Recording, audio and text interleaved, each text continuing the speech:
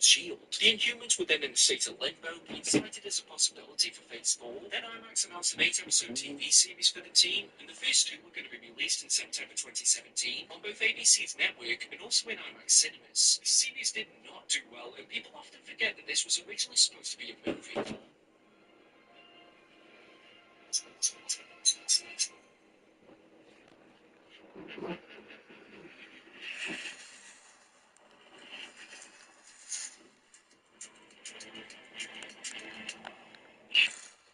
A TV series. This was a short-lived 13-episode series which debuted on Spike TV in 2006 and centered around the Daywalker. It starred Kirk Jones as Blade and had a premiere that was watched by an estimated 2.5 million people. But unfortunately, it couldn't hold this number until later episodes, and it seemed to fall into that love it or hate it category. It wasn't picked up for a second season, and Jeff Johns, who most people might know for all the work that he did over at DC, did a fair bit of the episode writing and said that the cancellation was likely due to Spike TV not being able to keep up with the production costs of each episode. The Blade Trinity debacle. In 2004, the third movie in the Wesley Snipes Blade series was released, and it was a mess. It feels like it should be a direct-to-TV sequel, and especially because it only made $132 million against an estimated $65 million budget. Now, with everything that I'm about to say, remember to throw the word allegedly in there, because there's so many accusations that I'm probably going to forget. But Snipes had issues with both the original director and also David S. Goyer when he was selected as a replacement. Because of this, Snipes became difficult on set, refusing to film certain scenes, only communicating with other cast members if he was referred to as Blade. Apparently, he called Ryan Reynolds a cracker, only responding to people in post-it notes, and bizarrely refusing to open his eyes in one of the final scenes so that they had to CGI it on. And it still somehow looked better than that eye at the end of Doctor Strange 2. Snipes denied the allegations, but multiple people who worked on it said it was the most difficult movie production that they worked on. Vin Diesel in The Inhumans. Although he's known in the MCU for getting paid millions to say 3 words, in 2014 Vin Diesel posted multiple teasers that he was signed on for the Inhumans movie, with one being a badly photoshopped image of him wearing a black vest with the words "Are you Inhuman" behind him, and another with a caption saying that Marvel must think he's Inhuman. However, nothing ever came of this, despite rumours that he'd play Black Bolt, and the role eventually went to Anson Mount. Unused symbiote suit. Another Sam Raimi entry, but this one is quite interesting, as the final design for the symbiote suit in 2007's Spider-Man 3 is pretty much just the regular suit with the saturation turned down, but they originally wanted to go with a different design that was bulkier and more in line with the comic original. Set photos of the suit have been released over the years, but producers 86 the idea because he said that the latex made it look like it was part of an adult movie. I think I've seen that movie. Hostess ads. This was originally tier 1, but considering that most countries still have to import Twinkies, I thought that this one wouldn't be well known worldwide. But Hostess, the company that makes Twinkies, ran a total of 86 different stories between 1975 and 1982, whereby one of Marvel's heroes would encounter a foe in a scenario that could only be solved with one of Hostess's products. I read a few of these in preparation for this video, and there's actually quite a lot of charm to them. Funnily enough, these were illustrated by artists that were working at Marvel at the time, and from what I researched, a large majority of these were done by Frank Miller. They are easy enough to find online, and definitely worth checking out, if not for the hokiness alone, but you know, there's another reason to get some Twinkies. And I wouldn't be surprised if a couple of years from now, Marvel charges $150 for an omnibus of these, which I'll probably still end up buying. Marvel Mashups. So these were a series of short cartoon sketches that aired on Disney XD and acted as filler between shows. They took older Marvel cartoons such as Spider-Man and His Amazing Friends, the 70s Fantastic Four, and the 80s Hulk series, then dubbed over it. It's kind of like solid JJ short videos, but a bit more kid-friendly, and you can still find some of these Marvel mashups on YouTube. Howard the Duck led to the birth of Pixar. This was a 1986 critically panned movie based on the comedic Marvel character that absolutely tanked at the box office. It's considered one of the worst movies of all time, and George Lucas was an executive producer. He wanted the movie to be an animated picture, but due to contractual obligations and the fact that animated movies weren't considered to be moneymakers, it had to be live action. When intending to be an animated movie, Lucas wanted to use the graphics group, which is a subgroup with NILM that he owned following the success of Star Wars. However, when Howard was deciding to be live action, Lucas had to sell the group, and it went to Steve Jobs. A few years after the purchase, the graphics group was renamed as Pixar, which likely never would have happened had Howard the Duck been a success. Sam Raimi's Spider-Man in 9/11. Yep, another Raimi-verse entry, but the impact that 9/11 had on the first Spider-Man movie can't be understated. Some of these changes were to the original poster, where you could see the Twin Towers and Spidey's eyes. The spirit of New York and its people is obvious on the bridge against Green Goblin. Spider-Man is seen in front of more American flags than Captain America, and the original promo had Spidey webbing up a helicopter of bank robbers between the two towers. And I can't remember if I'm getting this from the Weekly Planet podcast or somewhere else, but I once heard a theory that this was supposed to be the big reveal of Spider-Man in the movie. As we go from a scene where he's just learning his powers, a brief montage that feels very last minute, and then Spider-Man is just an established hero. And honestly, when I watch this movie back, I can see that being the case, and that the teaser trailer was supposed to be a part of the movie until 9/11 happened. David Hasselhoff, Nick Fury. Is it just me, or does his eye patch look way too big? Regardless, Nick Fury, Agent of S.H.I.E.L.D. was a TV movie commissioned by 20th Century Fox that released in 1998, with a budget of $6 million and they hoped would have led to a full series. It was written by David Goyer and had none other than David Hasselhoff as the lead. However, the project was largely panned, despite Hasselhoff receiving praise for his performance, and it failed to draw in an audience as repeats of other shows rated higher than it when it premiered. Bruce Campbell was Mysterio. Is this just going to be a Sam Raimi tier? Bruce Campbell has a cameo appearance in the 3 Sam Raimi Spider-Man movies, and when rumours started that a 4th movie was in the pipeline with Mysterio expected to make an appearance, it started circulating that Bruce Campbell would be Quentin back. This then became a theory that he'd been Mysterio in his 3 previous Spider-Man roles, but it wasn't until recently in 2022 that Raimi confirmed he did want Campbell to return for that role, but the movie was scrapped for the rebooted Amazing Spider-Man. Disc Wars. Back online, I'm probably going to end up watching a few episodes of this. Marvel Disc Wars The Avengers is a 51-episode anime series that ran between April 2014 and March 2015. It was produced by Disney and Toei Animation, and the premise was that Loki got hold of some new tech that Tony Stark developed called discs, which stands for Digital Identity Securement Kits. However, the Avengers that we know get trapped within these discs and fall into the possession of 5 kids.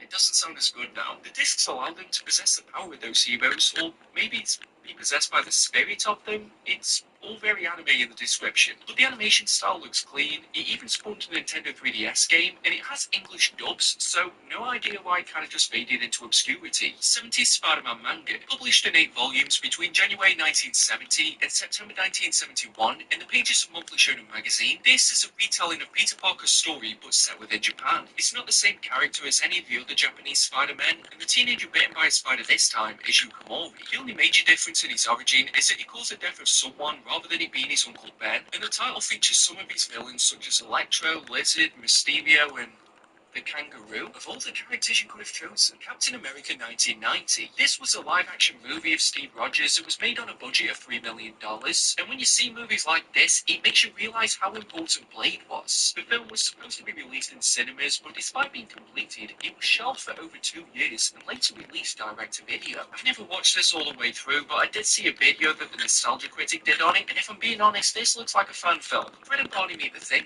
The title of this Hanna-Barbera cartoon from 1979 might be one of the first examples of clickbait, because the 13-episode series kept the Flintstones and the Thing separate from one another, except for during the title sequence. The Thing would get to 11-minute stories in each episode, with the remaining 30 minutes centering on Fred and Barney. It was one of the last cartoons to include a laugh track, and came about because Marvel owned the publishing rights to Hanna-Barbera properties and were printing comics based on them. Marvel Nemesis Rise of the Imperfects. This was a 2005 fighting game developed by Nihilistic Software that was available for the PS2, PSP, Xbox, GameCube, and Nintendo DS. Playable Marvel characters included Spider-Man, Captain America, Venom, Wolverine, and Daredevil, amongst others. They were up against the Imperfects, a team of EA-created characters that no one's really heard of since this game, or during this game, if I'm honest. It got a pretty meh response critically, and a lot of people complained about how overpowered the AI was, and it's just really fortunate that this game came out before everyone was just told to get good. Man-Thing 2005, and hands down, this is the pound-for-pound worst name for a character. However, in 2005, the obscure Marvel hero had a movie made that was directed by Brad Leonard. It was originally aiming for a theatrical release, but the estimated $7.5 million budget meant that it couldn't compete with the other movies that were coming out out at the time, and instead premiered on the Sci-Fi Channel in April of 2005. However, despite some critics complimenting the CGI and the directing, the plot failed to stick the landing, and it garnered a 17% rating on Rotten Tomatoes. And yeah, I'm British, so we say tomatoes over it. Captain America 1979. This was a direct-to-TV movie that was produced by CBS on a budget of $150,000. It doesn't seem to take a lot of inspiration from the comics, and features a Steve Rogers who makes a living as an artist, who gets caught up in an accident that causes him to be injected with FLAG, which stands for Full Latent Ability Gain, a serum that was created by his father. The majority of the movie mostly sees him driving around on his Captain America bike, trying to stop a bomb, and it received a very mixed reception. Although we did get a sequel which was released in the same year, but we'll talk about that in a few minutes. Doctor Strange 1978. Oh my god, how many Doctor Strange movies have there been? I can't lie, this one doesn't look great, but it was a made-for-TV movie that was released in September 1978 on CBS. It was created with the intention of garnering enough support for a TV series similar to what they did for The Incredible Hulk and The Amazing Spider-Man. It was written and directed by Philip DeJoy, with Peter Hooton starring as Stephen Strange, and had what has only been described as an ample budget. However, it drastically underperformed in both viewership and critical reception, meaning they didn't get picked up and just faded into being this odd, obscure movie. Spider-Man 3 Editor's Cut. Wait, another Sam Raimi entry? Are you kidding me? But to coincide with the 10th anniversary of Sam Raimi's Spider-Man 3, an editor's cut of the movie was included with a specific collection of the 4K Blu-ray. It has all of the unused music from Christopher Young, and new scenes were added, along with a restructuring of the story. I recently watched a great video on this, and I kinda want to check it out for myself, but if you're outside of the US, it's really difficult to know which releases is included.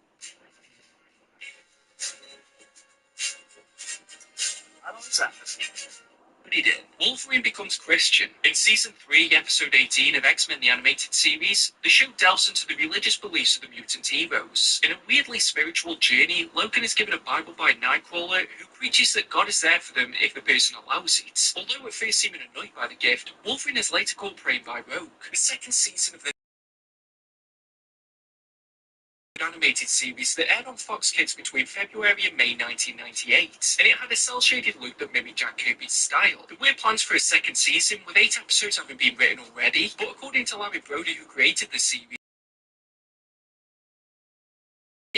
who were one of the production companies involved. As of today, none of the scripts for the incomplete episodes have ever surfaced, but it's interesting to wonder what it might have been. Captain America 2, Death Too Soon. The title must have been in reference to the franchise. Remember the Captain America movie we spoke about a few minutes earlier? Well, it did well enough to greenlight a direct-to-TV sequel that had a budget of $150,000, which I used an inflation calculator to check, and that is just shy of $1 million in today's money. There's no documented box office or viewership figures, or even reviews for this movie. However, it is credited with inspiring the comics to give Steve Rogers personal vehicles. So does this mean that Chris Evans isn't the best Captain America? Dr. Mordred. During the 80s, Charles Band and his father Albert bought the rights from Marvel to create a Doctor Strange movie. However, pre-production took so long that they lost the rights before the movie could ever be released. But they'd already sank some money into it.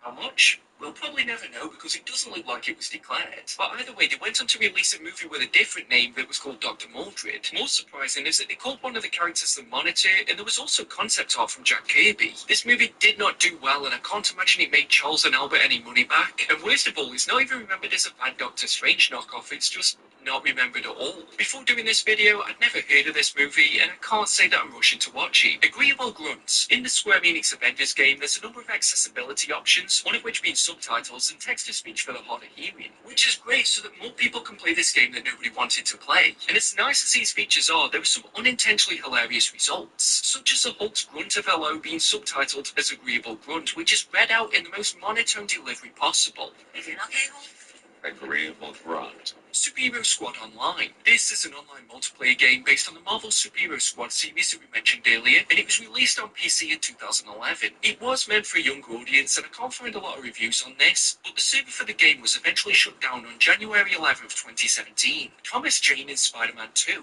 Another connection to the Raimi movies, but in one of the final scenes where Mary Jane is running through New York to confess a love for Peter, you can see none other than Thomas Jane in the crowd. It was confirmed to be his Punisher character, character through the audio commentary, but due to rights issues between the studios, it wasn't allowed to be an official appearance, unfortunately. And even if it was official, it's cool, but it just kind of stands there. Batman vs Superman vs Captain America. Now, movie studios plot release dates years in advance, and there's many factors that must go into it, the biggest one being competition. In 2013, Marvel announced a bunch of dates for the upcoming third phase of the MCU. However, in January 2014, Batman vs Superman was delayed from its original 2015 date to the now highly contested May 6, 2016. Stalemate ensued with neither company wanted to budge. Marvel then announced that the date was being held for Captain America Civil War. Then, a few months later, Warner Bros. Moved BVS's release date to March 25, 2016. However, they denied this was due to pressure from Marvel, and when have Warner Bros. Ever been dishonest? Saving with the Alien. This is a 1987 album from Joe Satriani that features a cover with the Silver Surfer that was drawn by John Byrne. However, he did not receive any royalties for the image, and Joe had no idea who the Silver Surfer was. He must have used some 80s version of Google, and that was just the first image that popped up, and the title of his song was purely a coincidence. The Electric Company / Spidey Super Stories. This was a series of 5-minute skits that played as part of the series The Electric Company. There were 29 installments in total that were shown between 1974 and 1977. Marvel provided the rights to Spider-Man free of charge, something that you're not going to see happen today, especially if it's on a kid's tombstone. And due to when this was released, this version holds the distinction of being the first live-action Spider-Man. Avengers United they stand.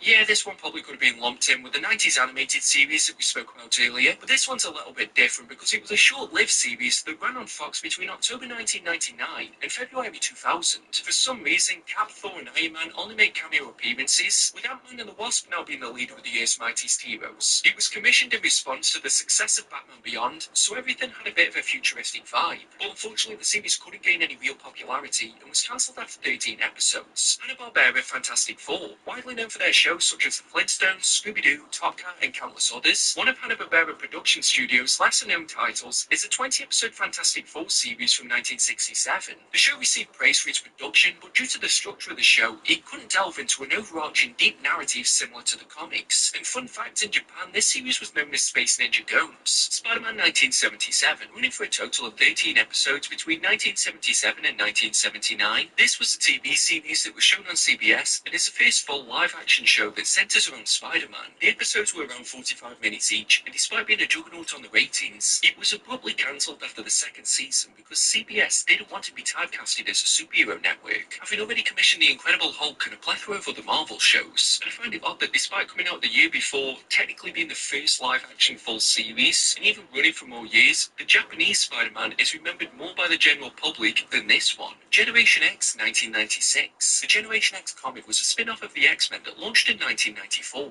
and within 2 years it was being picked up by Fox for a TV pilot movie. With a budget of $4 million and premiering on February 20th, 1996, it featured some of the comic characters such as Emma Frost, Banshee and Jubilee, but the series failed to make an impact despite its massive budget, as it ranked 72nd out of 108 in terms of viewership figures for that period. Australian Wolverine. During the 1989 animated TV movie The Pride of the X-Men, Wolverine was voiced by Patrick Tinney, and despite being Canadian since his inception in Giant Size X-Men, the Logan in this movie had an Australian accent. Probably not as much of a shock these days considering Hugh Jackman is also an Aussie, but according to story editor Rick Hoberg, this was an intentional change because of a fad that was going on during the 80s, and I'm not entirely sure if that's because of Kylie Minogue, but I feel like she deserves some of the credits. Oh wait, it was just because of Crocodile Dundee. And Logan had also been Australian in his 1982 appearance on Spider-Man and His Amazing Friends, the 1991 Power Pack pilot. We spoke about Power Pack earlier, but in 1991 a TV show pilot was commissioned by New World Pictures in the hopes of getting a full series picked up.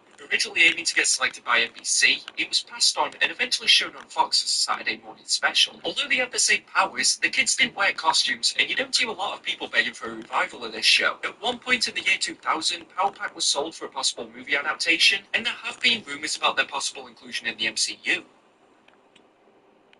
TF5, now we are really deep into the water, which is bad luck for me because, as I mentioned, I cannot swim. But the theme here is going to be crossovers and alternate universes. So you might have little-known meetups that got forgotten about, or even crossovers with different comic universes like DC and Image. The What If universe. This is an anthology series that began in 1977, where each issue took an established character or storyline and changed something about it so that the outcome could play out. I did a video a while back talking about some of my favourite concepts from the series over the years, and the MCU got its own Disney Plus animated show that followed the same concept, obviously with different scenarios. More often than not, they're just fun comics, and over the years, I can guarantee that there's been something for everyone. Marvel 2099, an imprint of Marvel that was originally developed by Stan Lee and John Byrne and was supposed to be set 100 years from the publication date. The 4 launch titles were Spider-Man, Doom, Punisher, and a new character created by Stan Lee called Ravager. It was successful at first and rolled out to include the X-Men, Fantastic Four, Daredevil, and a lot more, but declining sales caused the imprint to be cancelled, and it's pretty much only Miguel O'Hara that survived. Marvel Zombies. Debuting in the Ultimate Fantastic Four series, the Marvel Zombieverse is in 2149, and as you can imagine, it's like the Marvel universe, but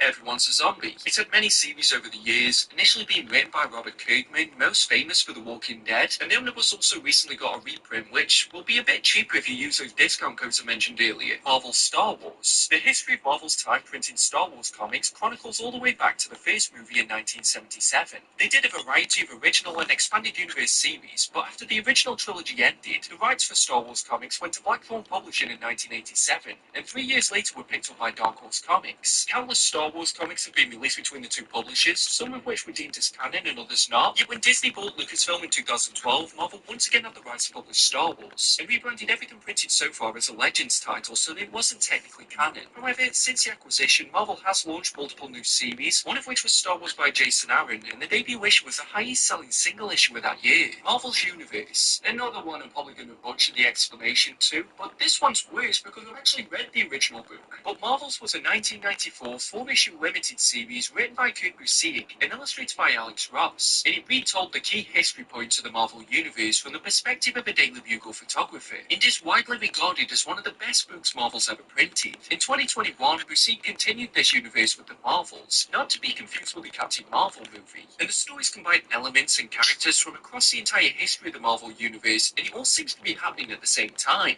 DC crossovers. The most famous one is probably JLA Avengers, which was written by Kurt Busiek and illustrated by George Perez, and I've already spoken about the development troubles this series had in another video, so I recommend checking that out. So over the years, there has been the odd crossover between the two publishers, such as Superman vs. Spider-Man, and if I had to put money on one of them, it's going to be Superman. There's also been Batman and Hulk, and we've also had Uncanny X-Men crossing over with the Teen Titans. However, JLA Avengers was the last crossover between these two companies, meaning that it's been nearly 20 years since these worlds collided. Marvel Max. Now I can't start this without saying that the Max imprint is badass. Created in 2001, Marvel Max was intended for adults only and could tell grittier stories. It's given us some great runs over the years, such as Punisher by Garth Ennis, Alias by Brian Michael Bendis, and Fury My War Gone By. However, it was criticised by Stan Lee himself for the level of grotesque violence and how it went against what he was trying to create during his time. But despite some success, the imprint kind of died out a bit, and seems to just be a logo that signifies it's a Punisher book. Old Man Logan Universe. Originally debuting in an issue of Mark Millar's Fantastic Four, the Old Man Logan Universe takes place on an alternate Earth sometime in the future, whereby the world has been overrun by gangs led by famous Marvel characters. The Logan of this world first got a storyline during Mark Millar's Wolverine run, but then due to his popularity was brought back in his own storyline in 2015 during Secret Wars. He's also featured in the regular Marvel Universe, and I think everyone should check out the Jeff Lemire run, timely in Atlas Comics. These are the original companies that would later evolve into what we now know as Marvel. Timely started in 1939, which was founded by Martin Goodman and printed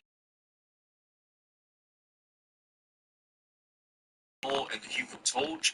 It's the other one. This was dissolved and rebranded as Atlas Comics in the 50s and carried on with the titles and characters that were printed before. We also delved into more genre-based series, including crime, drama, westerns, and romance. However, following layoffs and dwindling sales, it refocused and rebranded as Marvel Comics in 1961, which by comparison makes a company-wide relaunch not seem as drastic now. Marvel UK, and I'm not sure how many times I've said it in this video or I'm gonna say it, but I really want to do a separate video on this topic. But in 1972, while seeing a gap in the UK comics market, which I can assure you is still kind of there now, Marvel launched a UK division which started with specific titles on popular characters such as Spider-Man, Hulk, and Fantastic Four. And many huge names got the first big breaks over at Marvel UK, including Dave Gibbons, Steve Dillon, Grant Morrison, and Alan Moore. As well, a variety of different intellectual properties were published through the company, such as Planet of the Apes and Transformers. But after a few years of poor sales, it was eventually folded into Panini Panini Comics, and a lot of the titles they created have since been printed by Marvel US. Squadron Supreme Universe. The designation is A712, but the team of superheroes known as Squadron Supreme were introduced in Avengers issue 85 back in 1971, and they were created by Roy Thomas and John Buscema. The team's story was fleshed out further in 1986 in a 12-issue miniseries written by Mark Gruenwald, and the team is Marvel's version of the Justice League, with Hyperion being Superman, Nighthawk replacing Batman, and Power Princess in the role of Wonder Woman. They've popped up a few times throughout the years, and this won't be the last time you hear them mentioned in this video. Unless you just stop watching this video now, then it probably will be. Amalgam Comics. We started in 1996, ran for a year, and was a collaborative publishing imprint created by both Marvel and DC. And all these titles were set between Marvel vs. DC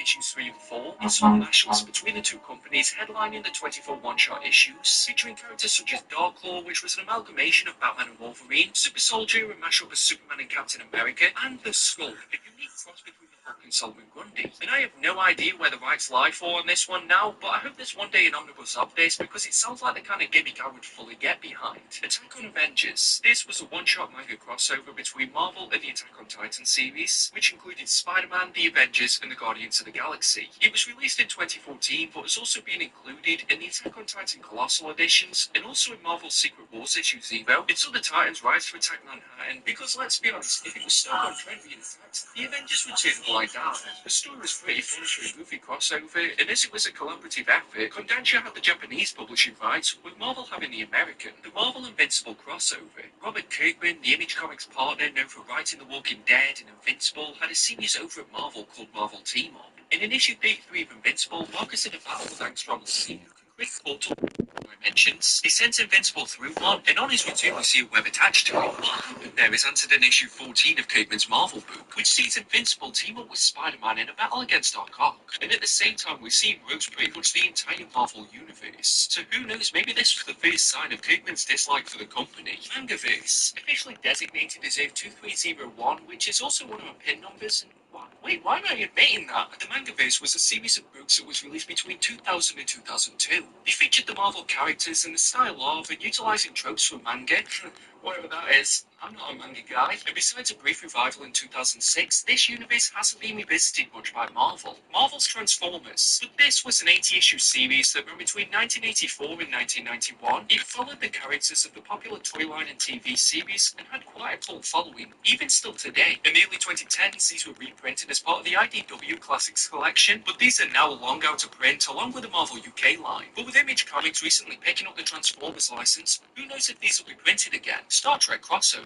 This was a 1996 one-shot that saw the original crew of the Enterprise cross paths with the X-Men after they travelled through a dimensional rift that was created by Proteus. It was written by Scott Lobdell and had some big artists working on it, including Mark Silvestri and David Finch, and it was the first in a series of Star Trek titles that were printed by Marvel as part of the Paramount Comics imprint. However, because the publishing rights to Star Trek are now with IDW, and I really don't know a lot about this property, it's not certain if this can be printed again. Doctor Who crossover. Between 1979 and 1999, which, yeah, it's a lot of nines to say all in one go, Marvel Comics printed the Doctor Who magazine, which was written on the understanding that it took place in the regular 616 universe. Because of this, the Doctor could be seen in the same locations as some of the biggest Marvel characters. Additionally, there are a number of different universes that also have a connection with Doctor Who, but since Marvel UK dissolved, this hasn't manifested as a physical appearance, and only a reference or two from characters like Miles Morales, Clark and Lois in Marvel. But X-Men issue 98 from 1976 is credited as the first appearance of Clark Kent and Lois Lane within the Marvel Universe. It's a proper blink and you'll miss it appearance in the bottom corner of a panel, but it's since been confirmed to be the DC characters. Other cameos in this issue include Stan Lee, Matt Murdock, Jack Kirby and Chris Claremont. Marvel Godzilla Comics, another IP that Marvel printed comics for, but this 24-issue series was printed between 1977 and 1979, and featured Godzilla within the main 616 universe, so there are appearances from the Avengers and Fantastic Four, and for Godzilla continuity, it takes place just after the Showa era. But as the rights for Godzilla are currently with IDW,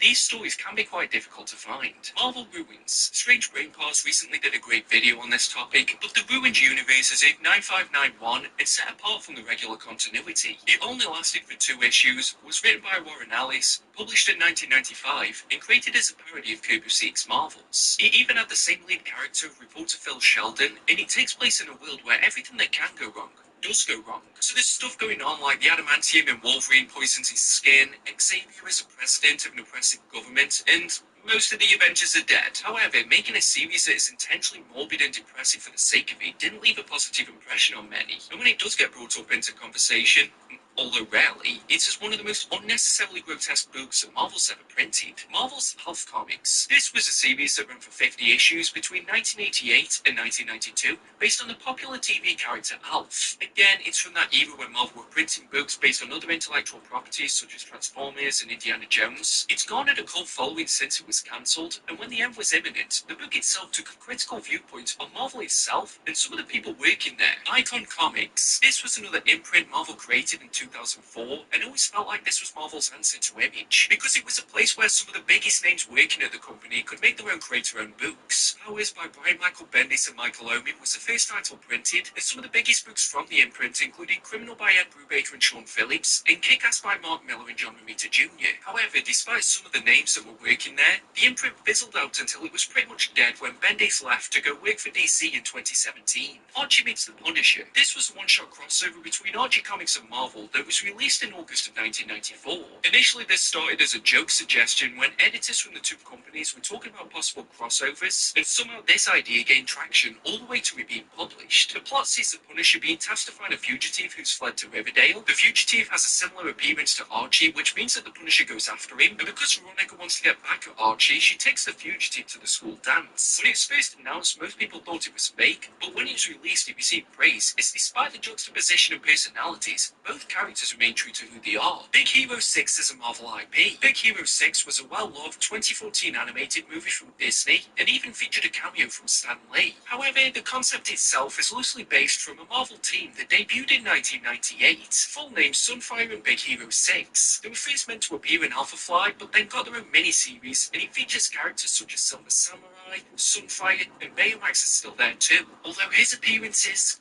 quite jarring compared to his Disney counterpart. However, despite the film gaining massive popularity, the comic counterpart faded into the background. But every now and then you hear a rumour that they're going to make a return. But with Marvel, if they were going to do it, they would have done it by now. Punisher and Eminem. The crossover no one knew they wanted until it was announced, and then most people kind of forgot about it. But Frank Castle and Slim Shady, and yes, it's the real Slim Shady, all those other Slim Shadys, they're just imitating. Sorry, I had to. This was a one-shot written by Fred Van Lent and illustrated by Salvador Larroca, released in June of 2009. Like any good team-up, it's season 5 for the first half, and they become best friends in the second, despite Frank shooting quite a few of Eminem's friends. And also, people know who Eminem is, so I swear he should be on the run for murder now. It's a gimmicky yet fun concept, and hopefully a Boys to Men Guardians of the Galaxy crossover is on the horizon. Malibu Comics / the Ultraverse. This was a company later acquired by Marvel that was founded in 1986 and defunct by 1994. They're most famous for the Ultraverse line of books and one other particular title, but that's later on in this video, which was a universe where the characters got powers and were referred to as Ultras. And honestly, this company sounds like a mess behind the scenes, with them merging with a video game company that somehow ended up costing them $200,000 a month, and it only seems like Marvel acquired them because DC was interested, and that would result in DC having a bigger share of the market. Marvel did what they could to try and make this a success, including crossovers with some of the most popular titles, but sales just didn't improve. But despite some hints, a revival seems unlikely, since it's rumoured that Marvel would have to pay the original creators 5% of any profits, which, unless I'm really bad at maths, means that Marvel would still get 95%, which seems like a decent amount to me. The Ideaverse. This is a multiverse within the multiverse that was established in November 1972, debuting in Supernatural Thrillers issue 2.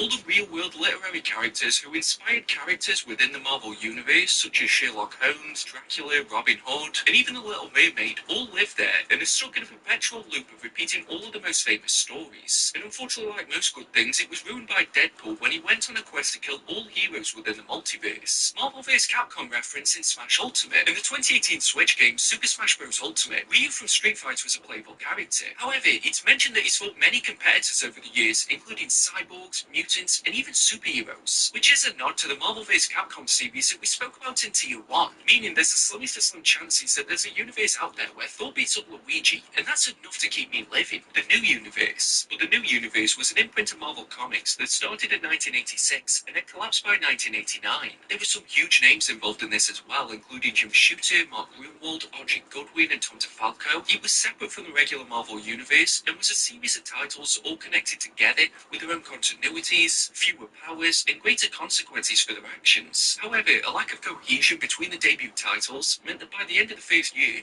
4 of the starting series were cancelled, and the remaining books dwindled into obscurity despite valiant effort from the creators. And honestly, there's so much more to it, so watch this space. Men in Black is a Marvel IP. Remember earlier when we spoke about Malibu Comics and how Marvel eventually acquired them? Well, one of their properties was Men in Black, a sci-fi series created by Lowell Cunningham that debuted in January 1990. But let's be honest, it's now better known for the Will Smith movies. And if we're being really honest, the Chris Hemsworth reboot is more well known than the comic. And it's impressive how huge the IP is worldwide, considering it only ran for 6 issues and it didn't really make massive waves within the comic industry. However, there are quite major differences between the movies and the comics, such as the agency dealing with paranormal threats rather than just extraterrestrial. Zed never makes a physical appearance, the famous memory erasers don't exist, and instead witnesses are just killed. And probably the biggest difference, Will Smith isn't in the comics. However, despite Marvel still owning the property today, no new issues have been printed since the release of the first movie. The Rutland Halloween Parade, the unofficial DC crossover. This is an annual real-life event that's been held in Rutland, Vermont since 1960. However, the event itself has also appeared in multiple issues of various Marvel and DC titles, so this was the first unofficial crossover between the two publishers. As even though they may not have been seen in each other's issues, there is only one parade a year, and both were in attendance. Freezer and the X-Men. In the one-shot issue, X-Men No More Humans, that was written by Mike Carey, there's a shot in front of the Xavier mansion where a brawl breaks out, and there's a character that has quite the resemblance to the Dragon Ball Z character Freezer. It's not been confirmed for certain, but if it is him, then he definitely has a good tan, with a fun little Easter egg, kinda similar to the time that Vegeta appeared in the Fantastic Four. Vegeta in the Fantastic Four. Might as well cover this now, but during the Chris Claremont and Salvador Larroca run of the Fantastic Four from the 90s, there's a blink and you'll miss it cameo from the Dragon Ball Z character Vegeta. The hair's identical, the armor plating is undeniable, and he's even got his arms folded like I've just failed to defeat him for the umpteenth time. And the cameo would have been longer, but apparently his show fee is over 9,000. Savage Dragon Scroll. In Nova issue 3 from 1999, there's a unique cameo as soon as the book starts from none other than Image Comics' Savage Dragon. However, it's revealed that he's actually a Skrull in disguise when he's been arrested by Nova, and nothing else really came from this, but it's a nice little nod. Welcome to Tier 6, and we are now in the depths. Yep, the days of the MCU being a topic are now long gone. And to match where we are, the theme of this one is going to get a little bit dark, because it's the controversies, the lawsuits, and just all the things that Marvel probably wants you to forget. And I can't lie, this was the most fun tier for me to research, so I really hope you enjoyed this one. Miracle Man reprints. Easily one of my favourite ongoing jokes on this channel. Alan Moore, and yeah, I said his name this time, worked on a title called Marvel Man that was later renamed Miracle Man, and the whole story of this is such a mess that other people have already done videos on it. It was only in the last few years that the whole situation got somewhat resolved, but what didn't get resolved is Alan Moore's association with the character. Now, I like Alan Moore, and he also knows magic, so I don't really want to get on the wrong side of him, so I'm just going to blindly agree with whatever he says. But what Moore's problem with Marvel seems to be is with the rights surrounding properties that he worked on and developed, and how Marvel could expand on the characters or profit on his work without permission. It's a similar situation to his feud with DC over Watchmen and his disdain for adaptations. But long story short, any reprints of Miracle Man and also the Captain Britain work that he did won't say his name and instead just say the original writer, which must be confusing for anybody whose last name's Writer. New Warriors 2020 Backlash. If you know about this one, you'll remember where you were when this was announced, or bare minimum, you're going to remember the comments section. For the 30th anniversary of the New Warriors, a new team and ongoing series was announced with a mix of old characters and new. Have a guess which caused the controversy? Do you think it was the fan favourites such as Thrasher, Fireball and Silhouette, or the newly created Trailblazer, B-Negative, Snowflake and Safe Space? This is one of the only times I can remember the entire comic community being united against pandering this obvious. At least it probably would have had it not mysteriously disappeared from the release schedule during the pandemic. Silver linings, I guess? The Deadpool-Deathstroke connection. The fan-favourite character Deadpool was originally created as a rip-off of DC Comics villain Deathstroke. If the name Wade Wilson wasn't already too similar to Slade Wilson to prove it, they're both assassins, debuted against a team, have the same weapons, and it's even been admitted over the years by the original creators. Yet as a result of the movies, more of the general population know Deadpool rather than the guy who was supposed to be a knockoff of. Jack Kirby's feud with Marvel. Nowadays, the legend who helped create the Fantastic Four, Black Panther, the Inhumans, and countless other characters is remembered more for his contributions to the industry, but that wasn't without its struggle. It started in 1968 when Joe Simon entered litigation with Marvel over the ownership of Captain America, which Kirby was also involved in, but it ended with him signing over any rights that he had with the character. This worsened in 1970 when Jack grew frustrated at Lee's prominence within the industry, despite the work that Kirby was doing, along with a lack of creative control and promises that were never fulfilled by upper management. This got even worse later on in the year when he was presented with a weird contract that included stipulations like he wouldn't ever be able to pursue legal action against Marvel. I don't know if I have to say allegedly at this point, but I'm just gonna say to play it safe. Things continued to spiral. Kirby was dismissed for his input over the years, and he either needed to sign the contract or leave, which he did despite yearly earnings that were around the equivalent of $250,000 in today's money. He left to work for DC and created titles such as The New Gods. But I won't get into too much detail about this part, and I'll save it for a DC Comics iceberg. You know, if you guys want to see that. In 1976, Kirby returned to Marvel and created titles such as The Eternals and Devil Dinosaur, but by 1979 he had left again, following mistreatment, and the problems with Marvel didn't stop there, as he kept the majority of his original art, some of which were just given away or even stolen from warehouses. Honestly, the whole ordeal is insane, and an overlooked part of Marvel's history. The Immortal Hulk issue 43, another heavy topic similar to X-Men Gold, but in February 2021, the 43rd issue of Al Ewing's The Immortal Hulk was released. Joe Fixit goes to a pawn shop, and the imagery in the background is framed in a way to display anti-Semitic messages. The backlash was immediate, resulting in Marvel altering the art in any reprints and digital copies, and Ewing himself released a statement saying that he was distancing himself from the artist. The only thing that's more controversial with The Immortal Hulk is when anyone dares to say that this isn't the greatest series of all time. Seriously, just don't do it to yourself, even if it is correct. Murdoch Trump. Yeah, who says comics are too political? In the Spider-Gwen Annual issue number 1, which released in June of 2016, it's revealed that the MODOK of Spider-Gwen's Earth 65 is actually Donald Trump, known as MODOK, which stands for Metal Organism Designed as America's King. And it's not just a lookalike, so they can claim it's a coincidence, because it's actually named as Donald Trump. And fun fact, this savage roasting had absolutely zero impact on the election. Spider-Man's radioactive sperm. Come on, you can't not laugh when you hear that sentence. Spider-Man Reign was a 2006 limited series that was written and illustrated by Karen Andrews, and I've never read this, mostly because of the radioactive sperm, but it sounds like someone trying to do a Dark Knight Returns for the wall crawler. It's set 30 years in the future after Spider-Man's retired and wants to return to crime fighting, Mary Jane's long been dead, having battled through cancer that was caused by prolonged exposure to Peter's radioactive sperm. But it's good timing on this one because I recently heard that they're going to do a sequel, even though nobody's been asking for it. Greg Land, the artist who photo traced adult movies. And you know what? I want to clear up a misconception here because it annoys me. Greg Land isn't known for photo tracing adult movies.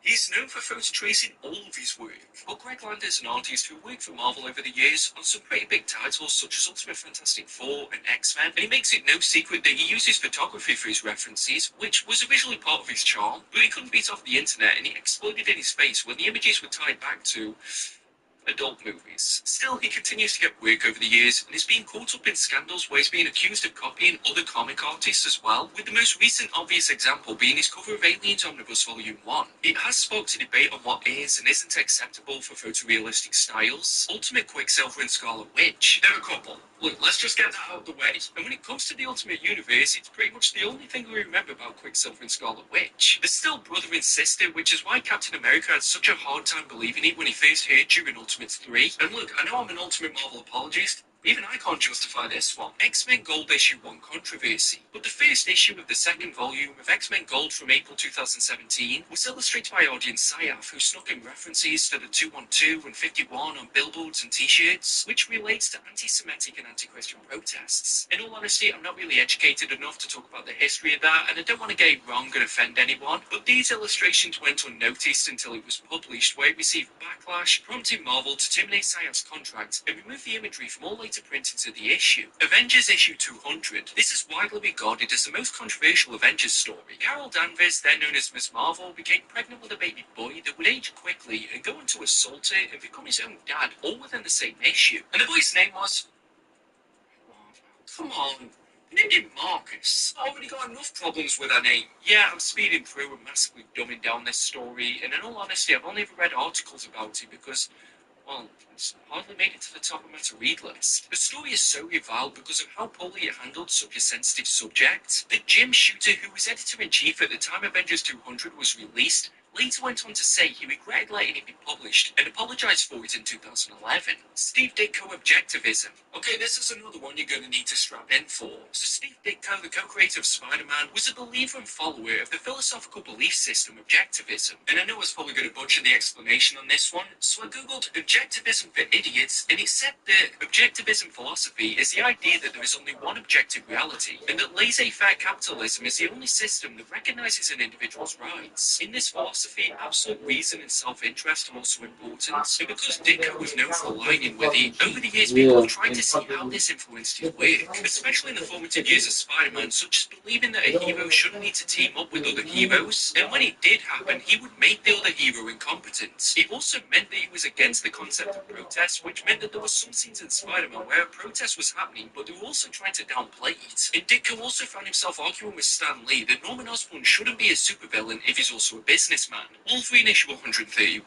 From 1998 and written by Todd DeZargo and Brian K. Vaughan, Wolverine issue 131 has a narration box that refers to Sabretooth as a K-I-K-E. The way this came about was because DeZargo was originally coming off writing the issue and Vaughan was taking over, who had originally scripted the line, the assassin known as Sabretooth. Editorial staff changed this to Killer and scribbled it in the corner, and when the script notes were faxed across, it squashed the word and led to the slur being printed. Marvel recalled the issue, but a few patches made it into circulation, and it's become something of a collector's novelty. Even though I've seen slabs of this on eBay, which to me makes no sense because you're either going to have to break the slab to check, or just hope for the best. Ed Brubaker's royalties for the Winter Soldier. As part of one of the best Captain America runs of all time, Ed Brubaker did the unthinkable in 2005 by bringing back Cap's World War II sidekick Bucky as a deadly assassin the Winter Soldier. Although based on an established character, everything about his rebirth and new identity was all Brubaker's storytelling and Steve Epstein's art, and was so great that the MCU incorporated his character as well, making him the focal point of the second Captain America movie and the co-lead in Falcon and the Winter Soldier. Despite having a cameo in the 2014 movie, Brubaker later revealed that he was paid more for that appearance than he got from royalties or residuals from the use of the Winter Soldier character. Although he accepts that he signed a contract that has been fulfilled, he can't help but feel sick when he sees his greatest contribution to Marvel raking in millions, but knows that standing in the background of a scene earned him more.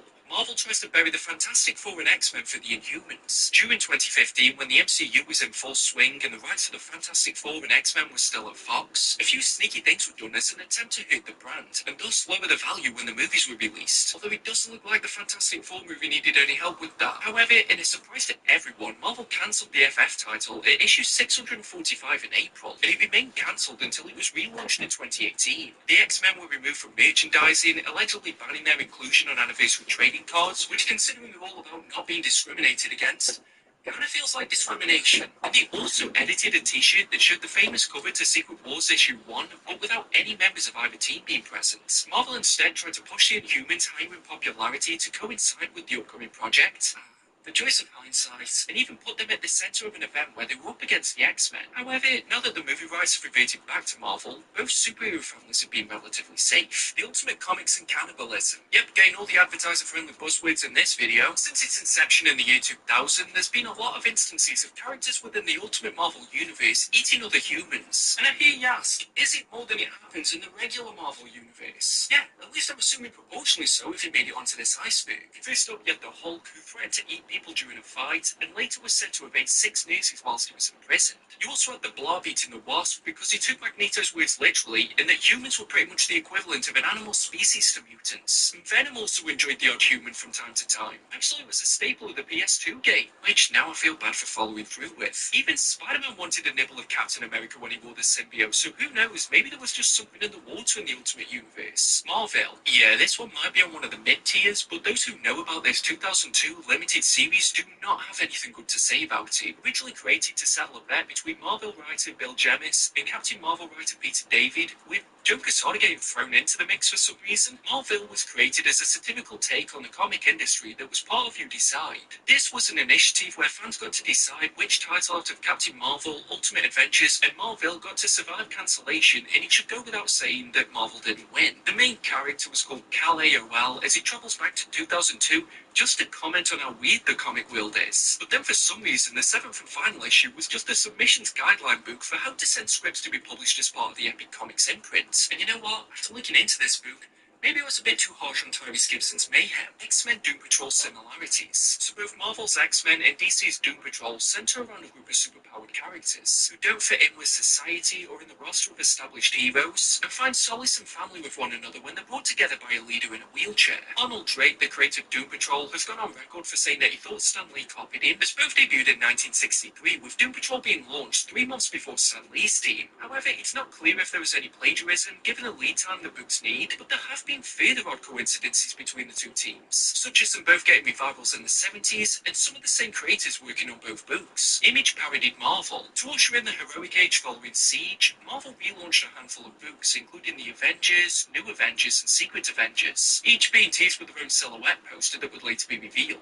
But Image Comics wanted a piece of the cake when announcing their roster for Robert Kirkman's Guardians of the Globe.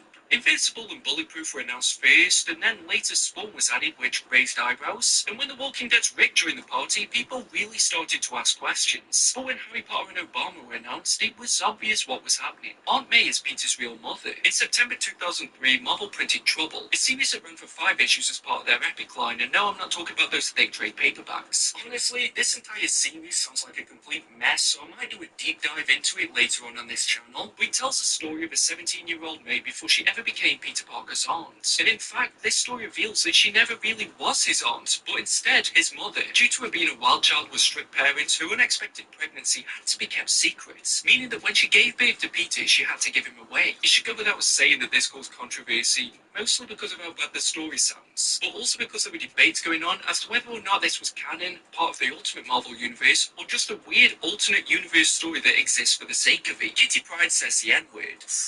Yeah, I'm not going to get too in-depth with this one. The weird thing is, it seems like she's used it a few times, such as in God Loves Man Kills, New Mutants, and the Uncanny X-Men issue 196. I would explain what's happening in each scene, but a white guy explaining why another white person using the N-word sounds like a recipe for disaster that I'm not ready for. It's sparked interesting conversations since, so have a look into this for yourself if you want to. Peter and MJ's baby from the Clone Saga. Peter and MJ got back together for the billionth time in Spectacular Spider-Man issue 220, and they solidified their reconciliation pretty quickly. Look, it happens. MJ fell pregnant and worried about what type of world she'd be bringing a child into, which temporarily caused Peter to retire, but it's fine because there were a lot of other Spider-Men during this time. MJ goes into labour in issue 418 of The Amazing Spider-Man, but the baby appears to die during birth, which neatly allows Peter and MJ to go back to the usual status quo, meaning that they probably break up every couple of issues. However, it was implied that the baby hadn't died and was instead brought by Norman Osborn. This was teased until issue 441, where the storyline was picked back up again, only for a few issues later to have the series confirmed that the baby had died and was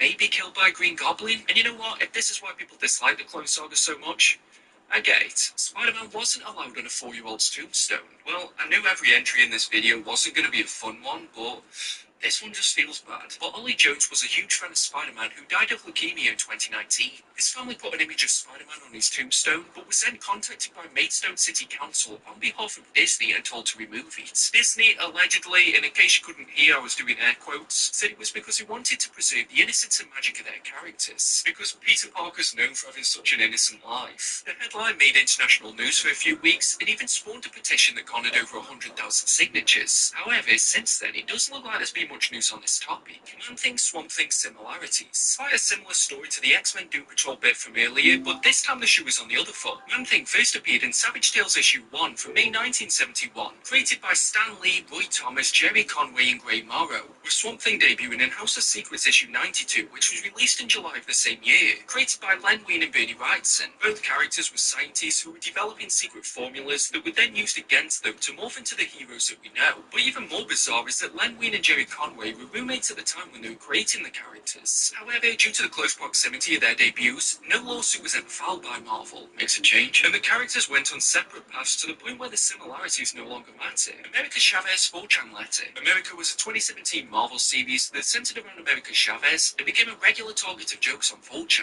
And one user even sent in a letter to Marvel editorial staff mocking the praises of the title receiving, even comparing the America series to Tommy Wiseau's The Room. And let's be honest, nothing's getting close to that movie. And despite its obvious trolling, Marvel printed and responded to the letter in the 7th issue, as if it was genuine fan praise. The Black Suit Spider-Man was fan-made. The fan-favorite symbiote suit that debuted in 1984's Secret Wars was actually an idea that spawned out of a competition that Marvel ran 2 years earlier. With the submission coming from Randy Schueller, Marvel wanted fans to submit new ideas for existing characters, and the black suit was intended to be a stealth version that was more durable and created by Reed Richards and the Wasp. Randy was paid $220 by Jim Shooter for the idea, but when you think about how popular the design is and the fact they spawned Venom and all the symbiotes and how much merchandise there's been, this seems like a bit of a bad deal. League of Extraordinary Gentlemen issue 5. If you're interested in rare single issues, then the 5th issue of Alan Moore's League of Extraordinary Gentlemen should really catch your eye. We spoke earlier about Moore's feud with Marvel, but an advert was included in an early printing of the issue for a Marvel douche, which was an actual company at the time when this book took place. Fearing litigation from Marvel, DC Comics executive Paul Levitt ordered a recall of the issue, but a few still made it into circulation. Later printings changed Marvel for a maze, and Moore mocked the recall in his top 10 series, and despite this being on a Marvel iceberg, they never pursued or made a comment about the scenario, but it's still a fun bit of history that involves them. The X-Men was a failure. Despite being a pivotal part of the Marvel Universe, the mutants didn't have the best start. After debuting in 1963, the series felt like this weird stepchild for the House of Ideas. It plodded along until Marvel stopped creating new stories for the team in 1970. Future issues were just reprints of older stories, and it looked like the team would fade into obscurity until Len Wein and Dave Cockrum made giant-size X-Men in 1975. This introduced an international cast of characters alongside the originals, including Wolverine, Storm, Nightcrawler, and Colossus. The success of this title was beyond belief, with Claremont later taking over the Uncanny X-Men series and turning it into one of the most successful books the company has ever published. Robert Kirkman vs. Marvel. Despite mostly being known for his creator-owned works over at Image, Kirkman did quite a number of years at Marvel, working on books such as Ultimate X-Men, Marvel Team Up, and Marvel Zombies. However, he frequently butted heads with editor-in-chief Joe Quesada and was unhappy with the treatment they received, along with the belief that Marvel deliberately refrained from promoting any of his books. When trying to set up his own interviews, Marvel were allegedly unhappy that he didn't get their approval first, and with the rise of his creator-owned books like The Walking Dead and Invincible, he wanted to be free of his Marvel contract. When creating an event in the Ultimate Universe, he was accused of only caring about the royalties, which seemed to be the turning point for Kirkman walking away from the company. And since then, he's been very vocal on his disdain for how creators are treated over at Marvel, which culminated with a live debate between he and Brian Michael Bendis that has only continued to age well for Kirkman over the years. And with him being a partner over at Image, and pretty much all of his properties getting adaptations before they're even on shelves, it's unlikely that he's ever going to return to Marvel. Marvel in Crisis on Infinite Earths. In 1985, DC printed Crisis on Infinite Earths, a grand universe-colliding event that reset all of continuity. To do that, every other reality had to be destroyed, and because the creators working on it were George Perez and Marv Wolfman, they decided to take a dig at Marvel Comics, as they claimed the company caused issues which prevented a JLA Avengers crossover from moving forward in the 80s. As such, the Marvel Universe was one of the Earths that got destroyed. This was confirmed in 2017 by Wolfman in a book called Slugfest. However, I read Crisis last year, knowing that this panel should be in there, and I still couldn't see it. Thunderbolts charcoal debacle. Now, you'll have to forgive me for this one, because I found this story baffling when I did my Who Are the Thunderbolts video, and I kind of really like the way that I scripted and filmed that one, so I'm just going to put it in here. Oh, come on, I need a free pass at some point. I've only done 10 hours of recording. Back in the 90s, Whisk Magazine ran a creative villain competition, with the main prize being that whatever you create would eventually end up in one of Marvel's comics. Wallace and Crozier Frost were the winners, and they created Charcoal, who debuted in the 19th issue of the Thunderbolts. He first fought the team, but then like any great story arc, he eventually went on to work alongside them. I know, who could have predicted that? He can manipulate fire and form carbon objects, such as charcoal and diamonds, and admittedly, saying it out loud, I'd probably go with the latter, but for some reason, he went with charcoal. However, because all of the prizes that were originally promised in that wizard competition were allegedly not awarded, the legal ownership of the character was put into dispute, and because of that, they just killed off the character because they thought it'd be the easiest way to solve the problem. Tier 7, we are now in the abyss. This is the last one, we made it to the final part, but I thought I'd just categorise this as other. This is the weird category where it doesn't really fit any of the other ones, and it's also really off the beaten track. And another structuring of these tiers has been a bit fast and loose in this video already, where I've been trying to rank it in terms of obscurity, but it's a bit more difficult with this one, so I'm just going to lump it all together, and it's a bit of a free-for-all. It's just going to be stuff. The infamous drawing of Captain America. Even if you didn't know it was drawn by Rob Liefeld, you've probably probably seen this image. It's been mocked and memed to oblivion since it was forced on us during the Heroes Reborn era, and despite it looking both overly inflated and also too flat at the same time, people have tried to analyse how this anatomy could be possible. Recently, Liefeld came back to do Falcon Cap in the same pose, and it somehow looks like both an improvement and also a downgrade. It's just bizarre. Tom Cruise Iron Man, but prior to Robert Downey Jr. signing up to play Tony Stark, Cruise was approached in 2005 for the character, but turned it down as he didn't feel like he could bring his everything to the role, and didn't see it panning into the nearly $30 billion franchise it is today. Despite this, he was rumoured again to play a variant of Tony Stark in 2022's Doctor Strange in the Multiverse of Madness, but like most rumoured cameos for that movie, it didn't happen. But even as recently as a few months ago, those rumours started again as a way to possibly replace Robert Downey Jr. But how many more times do we have to fall for the same rumour before we start believing it? Daredevil was the inspiration for TMNT. This feels like one of those facts that most people know, but they don't know that they know. But in 1983, Kevin Eastman and Peter Laird were creating a comic that would later evolve into the multi-billion Teenage Mutant Ninja Turtles franchise, and it originally started as a parody of Frank Miller's Daredevil. So when Matt Murdock has a hand, the Turtles have the Foot Clan, the Mentor's stick was replaced with Splinter, and the lead characters were all altered due to radioactive material. The initial series was also ridiculously violent for the concept, which was parodying how dark comics were becoming. But it's just crazy to think how this massive franchise might not have existed without Miller's Daredevil. Possible Marvel vs. DC game. Everything I can find on this revolves around a single tweet from Ed Boon, who's the creator of Mortal Kombat, which is developed by NetherRealm. In 2022, Boon tweeted out a poll asking which title they should create next, with one of the options and the clear winner being Marvel vs. DC. However, there's no history of NetherRealm working with Marvel, and I can't even imagine the legal process to get the two biggest companies in the same game. Hulk no Kung Fu.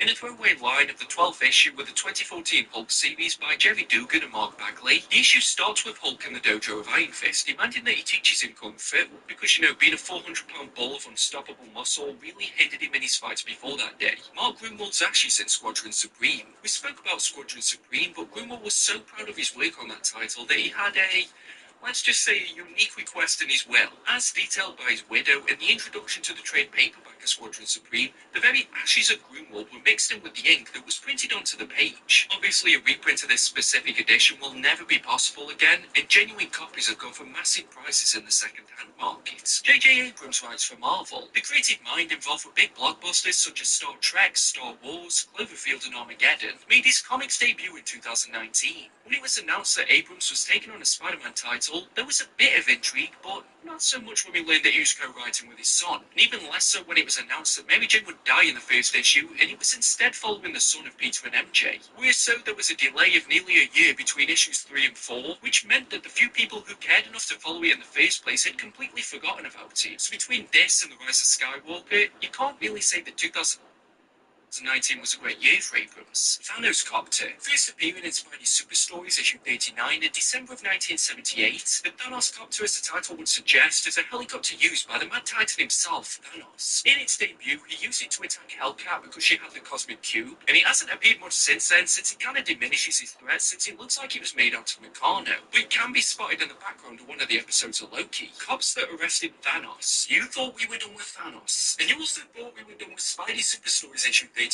After pulling out all the stops with his Thanos copter, Spider-Man and Hellcat saved the day, and Thanos, the Mad Titan who would go on to wipe out half of existence, is apprehended by the New York police. And I like to think that this isn't a comment on his power, but his belief in the justice system, and that he thinks he'd get a fair jury, and he knows that clearing his name is more important. Juggernaut is not a mutant. Despite being a prominent member of the Brotherhood of Mutants, and being one of the only X-Men characters that I ever figure of, Juggernaut, real name Kane Marco, gains his powers of being an absolute unit from the Kaitaract Ruby. And if anyone knows where I can find one of these, please let me know. Asking for a friend. It's only in the Ultimate Universe that Juggernaut is a mutant, and it's one of those issues that's just not really touched on in the movies. Assistant Editors Month. This, I guess, could be counted as an event that took place across Marvel Comics for the issues with a cover date of January 1984. Whilst the regular editors were away at Comic-Con earlier that year, all the issues printed were instead passed through the assistant editors, who were clearly not invited to the convention. To celebrate, a warning logo was put on most of the covers, and there's some fun jokes pointing towards the event, such as Foggy being the featured lead character on Daredevil, and John Byrne leaving a note on one of his front covers. Beta Ray Bill has better stats than most characters on the official Marvel website. Now, Marvel.com has some great biographies of pretty much all of the characters, and a ranking out of 7 is given to the following key areas: durability, energy, fighting skills, intelligence, speed, and strength. Beta Ray Bill, the character who debuted in Thor and was the first character in the comics other than the Odin's son to wield Mjolnir, has one of the best rankings out of all of the characters on the website. The only slight blemish is a 5 out of 7 in intelligence, and for context, Reed Richards only scored a 6 in that department. For even further context, Thor only scored a 7 in speed and strength, and from what I've seen, it's only galactic level beings like Galactus that seem to have a better ranking than Bill. Daredevil gets around. This is a narrative that crops up often from Matt Murdock, as over the years he's gone out with quite a number of women throughout the Marvel Universe. And before anyone says anything, I will not stand for any slut shaming on this channel. The most well-known ones are Elektra and Karen Page. From the Marvel shows, you've got the 90s Claire Temple and She-Hulk, but the more you delve into Daredevil's 6-year history, you'll find a significant relationship with Black Widow. He also got with Black Cat so that she could make Spider-Man jealous. There's also Echo, Typhoid Mary, and even got with his best friend's sister Candice. What can I say? The guy pulls. Mantis Willow Lorelli. The Marvel character Mantis was created by Steve Englehart and debuted in Avengers issue 112 in 1973. You might know her from the Guardians of the Galaxy movies, but if that was the point of this entry, it definitely wouldn't be in this low of a tier. What is interesting though is that she is a canon character within the DC universe when she appeared under the name Willow in the Justice League series that was written by Englehart. She now has a child after appearing pregnant in the Marvel universe, and when Englehart went across to Eclipse Comics to write Scorpio Rose, she appeared again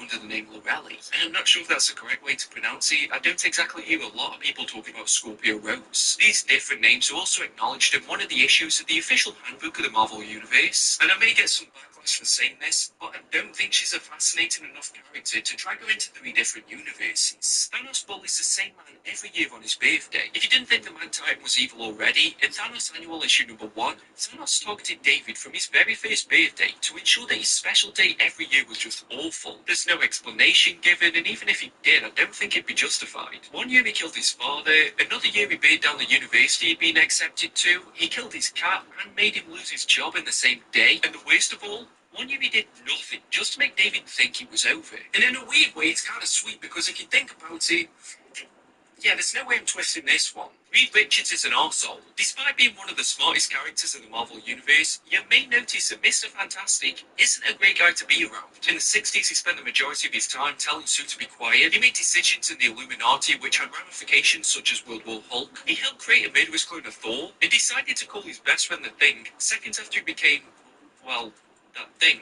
And only other seconds after he announced himself to be Mr. Fantastic. Yeah, the guy's a bit of a dick. Possible Lego Marvel vs. DC game. This was a rumour that was doing the round shortly after Lego Batman 3 released, because after the credits there was a teaser where the silhouette of certain recognisable Marvel figures came through a portal. The image was taken out of context and shared with people who hadn't played the game, because if they had played on, they would have realised that this was just a cheeky nod to the other company. And instead of seeing characters like Spider-Man, Iron Man and the Hulk, we instead got Shazam, Nightwing, Green Arrow, Black Canary, Booster Gold and a few others. It should go without saying that actually making such a game would be a licensing nightmare, despite Lego having already done games for both Marvel and DC. She-Hulk's new design. So this wasn't a permanent thing, but it's in reference, again, to Jason Aaron's Avengers run, and again it happened in issue 42. But during the Phoenix arc, She-Hulk develops a new look which is more monstrous and caused quite a bit of backlash when he debuted. Although like most things in comics, the backlash was quite unnecessary, because a few issues later, it was all reversed. The interview got Spider-Man into the MCU. This is one of those sequence of events that was so unlikely to happen that when you say it out loud,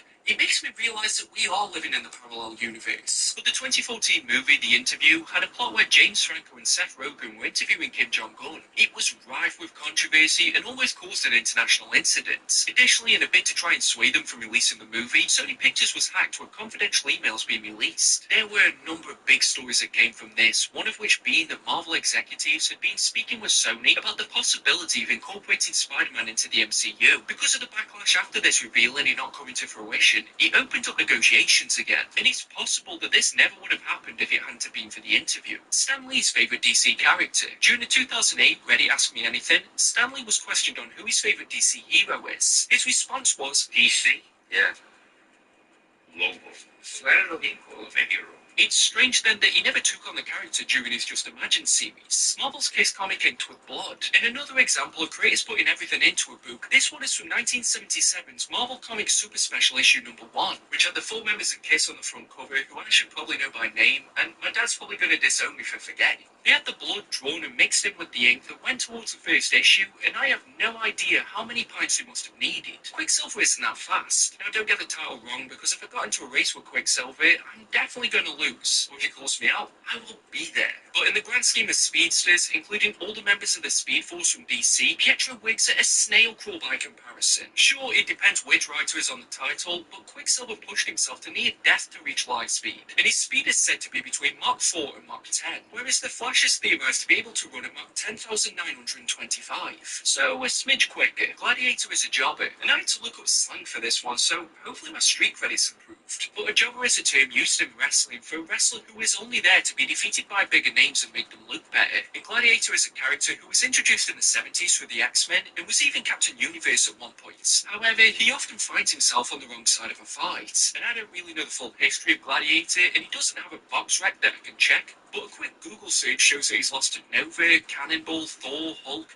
and sometimes lost due to losing his confidence. Poor guy really is a Tyron Woodley of the Marvel Universe. And don't get twisted, I'm talking the post-Usman Woodley. Sabretooth and Wolverine are related. Because of the X-Men Origins Wolverine movie, which nobody really seemed to watch or care about, this is a common misconception that's mostly spread about by non-comic fans, that Logan and Victor Creed are brothers, half-brothers, or at least bare minimum cousins. No idea where that last one comes from. However, it might surprise you that in a movie that thought this was a good representation of Deadpool, that this isn't a fact within the comics, as Wolverine and Sabretooth are just enemies in the source material, and the reason for this is due to Wolverine killing Victor's real brother, so something must have just got lost in translation. Doctor Doom is the best possible ruler. This is a narrative that shows up in arguments from time to time when people will ask who the best leader is in comics, and being the ruler of Latveria, a country which has significantly less attacks per year than New York, Wakanda, or pretty much the majority of Marvel locations, the argument could be made that that's a result of Doom's leadership. Now, I'm not saying I agree with it, but they make some good points. Moon Knight ketamine memes. God, I struggled saying that. This is a bizarre one, the origin mostly coming from Reddit, but a few years ago, before the Disney Plus show, a bunch of images of panels were shared about with Moon Knight asking various heroes,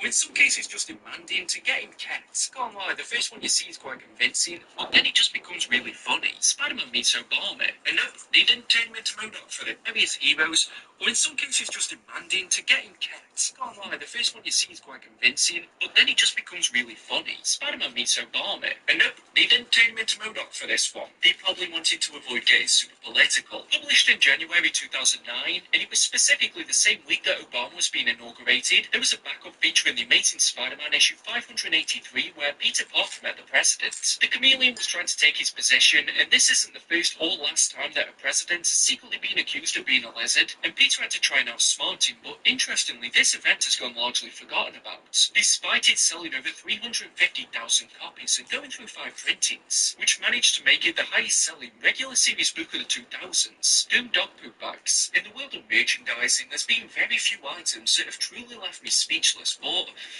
this is one of them. Doctor Doom is probably most famous for being the arch-enemy of the Fantastic Four, or the ruler of Latveria, or even the best character in most Secret Wars, and apparently those accolades are enough to get him his own brand of Doom dog poop bags. The Doctor prefix may have been dropped, but the image is undeniably Victor, and what an odd crossover. I honestly can't believe that Marvel doesn't have a problem with this. And if it is, I find that really odd that they'd allow this, but not Spider-Man on a 4-year-old's tombstone. Sergio Aragonés massacres Marvel. Spanish comic artist Sergio Aragonés did the art for a 1996 one-shot whereby he, as the title would suggest, finds different ways to kill members of the Marvel Universe. All the main figures within Marvel face his wrath, and I'm not sure what they did to him in the first place, but it's safe to say that this isn't set within the 616 continuity. HAMMER isn't an acronym. The Marvel Universe is littered with acronyms: SHIELD, AIM, SWORD, SPEAR, and there's probably more, I'm just too lazy to Google it. But the most famous villainous one is HAMMER. However, despite popular belief, it doesn't actually stand for anything. Norman Osborn just named it that because it sounded like the thing that would work against the shield. And maybe he also hoped that his enemies would be too busy figuring out what it stood for that he could actually get a sneak attack in. 616 was first used by Captain Britain, although there are some conflicting stories on who first called the regular Marvel Universe A616 within the office. Its first use in the comics was by Captain Britain in Daredevil's issue 7 from 1983, so Alan Moore, Alan Davies and Dave Thorpe are credited with its creation, with that specific Earth designation still being used today. However, the term has been rumoured to be a product of Thorpe not being a fan of modern superhero stories and wanting to separate those from what he enjoyed when he was younger. But 616 sounded similar enough to the number of the beast, and somehow it just caught on. Although if he hated it that much, why not just call it Earth 666? The true cross in Doctor Doom's armour. In issue 10 of the narrated Captain Britain and MI13, Doctor Doom reveals that splinters from the cross Jesus Christ was crucified on are in his armour.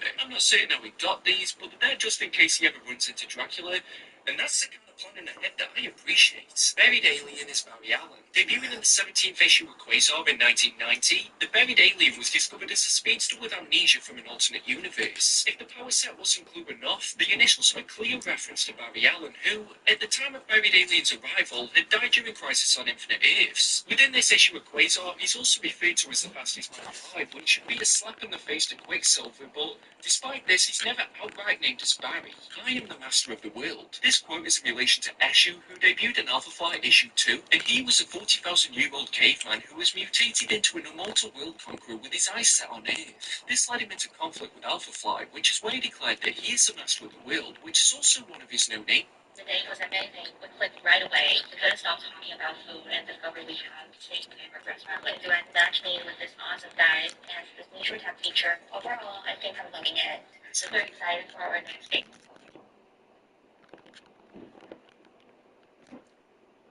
Ulysses, the Mexicans who jumped self-surfing, and I'm not sure if Mexicans is the politically correct term, that's just what it says on the iceberg.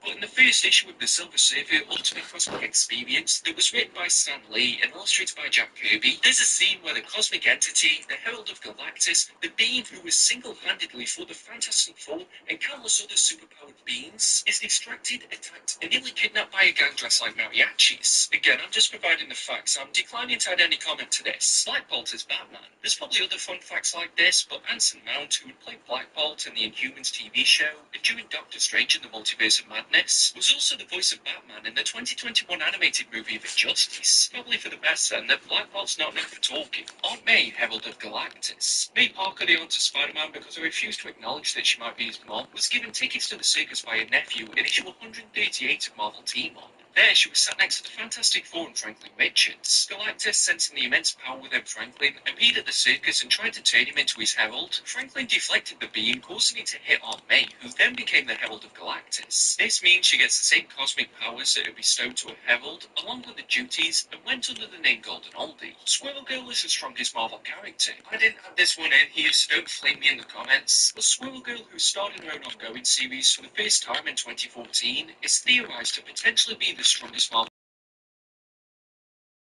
beating Deadpool, Doctor Doom, Thanos, and even Galactus. Which begs the question, who could beat it? And all I'm saying is, you didn't even mind him on that list of people she's beaten. She-Hulk kills John Byrne. John Byrne's run on She-Hulk is well regarded, especially for its use of a character being able to break the fourth wall. The 50th issue, and Byrne's last in the sensational She-Hulk, sees Jennifer Walters have to choose a new creative team to take over after John Byrne has been declared dead. By the end of the issue, John reappears, but annoys She-Hulk to the point where she throws him out of a window. And it's from a pretty great height, so I think we can assume that he didn't survive. Jesus saved Ghost Rider. In 1974, in a bid to try and steal Johnny Blaze's soul, Mephisto created two illusions. One that was of Satan himself, and the other was a friend, and again I'm doing air quotes, who looks a lot like Jesus. And even Johnny thought it might be him. However, because of the fear of backlash and the obvious resemblance, the script was changed so that the Jesus lookalike was called out to remove any doubts. But let's just be honest, it's still pretty much Jesus. Hulk kicks his own ass. This doesn't mean that I can't find any comic backing for, and I feel like I would have if this was real. The meme just says, the Hulk once became so powerful he could bend over and eat his own ass. And there's no proof in the meme itself, but who who knows if this will inspire writers in the future? Spider-Sense puts a user in danger, so there's some debate on this one, but I've seen the argument crop up on a few message boards. The theory is that Spider-Sense, the ability that detects danger before it happens to give the user a chance to react, is actually more damaging than not having it. The logic is that because of the heightened awareness, the user is guided towards the danger whilst being a vigilante, and thus causing them to be in more danger than if they didn't have it in the first place. And honestly, I don't know where I stand on this debate. Mysterio saved Black Cat from assault, but during the 6-issue miniseries, Spider-Man Black Cat The Evil That Men Do, which was written by Kevin Smith, Black Cat is almost all-wielded by Garrison Klom, until she's saved by his brother Francis Klom. The two become friends, but after a violent encounter with Spider-Man that leaves him disfigured, he buys a second-hand Mysterio costume from the Kingpin. The original entry in this iceberg said that Mysterio was the one to commit the assault, but I don't know if I'm just getting lazy in my research, but Francis was the one who saved her that went on to be Mysterio.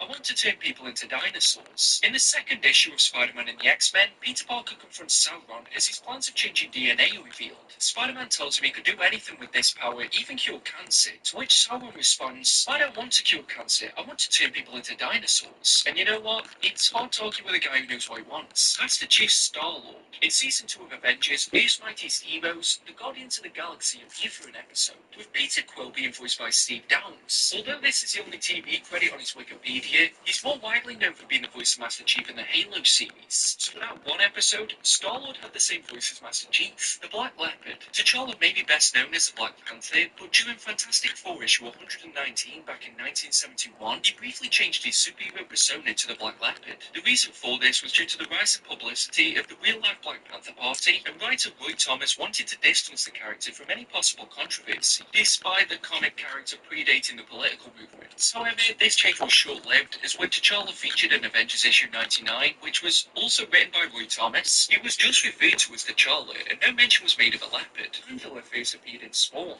The Asgardian mercenary, who's also previously been a member of the Guardians of the Galaxy, made a first 616 appearance in Age of Ultron issue 10, which was released in June 2013. However, her creators are still credited as Neil Gaiman and Todd McFarlane, because her very first comic appearance was in issue 9 of Image Comics' Spawn. She was an angelic bounty hunter who later died in issue 100, spoiler alert, and I can't imagine how messy the rights dispute would have been given the fight that Gaiman brought over Miracle Man. Juggernaut and She-Hulk. No, this isn't the name of some bad diss track or clothing line, it's Juggernaut and She-Hulk in bed together, which happened in Uncanny X-Men issue 435. Although this likely would have been one of those scenes that people would have been outraged about initially and then forgotten about in a few months, instead they tried to explain this in a way that's so convoluted that even X-Men fans can't justify it. After this issue, it's revealed that there's a parallel universe where non-powered versions of our regular superheroes and supervillains exist, and during issue 435 they swap places with the 616 universe counterparts, and therefore inherited those powers for the first time. So essentially this is a Jennifer Walters who spent the majority of her life as a regular lawyer, and for the first time she's getting to experience what it's like to be in the body of She-Hulk. And she's not the only one in She-Hulk for the first time in this issue. She-Hulk and Spider-Woman created for copyright purposes. Jessica Drew debuted as Spider-Woman in Marvel Spotlight issue 32, published back in February of 1977, and Jennifer Walters made her first appearance in her own title, The Savage She-Hulk, back in November of 1979. And despite the lack of similarities between the two characters, their behind-the-scenes origins are largely the same. Due to the popularity of both Spider-Man and the Hulk, Marvel were concerned that female versions of them could be created which they wouldn't technically own the rights for. For She-Hulk, this fear came about because the same thing happened with the $6 Million Man, and the Incredible Hulk show was only growing in popularity. Funnily enough, those fears weren't completely unfounded,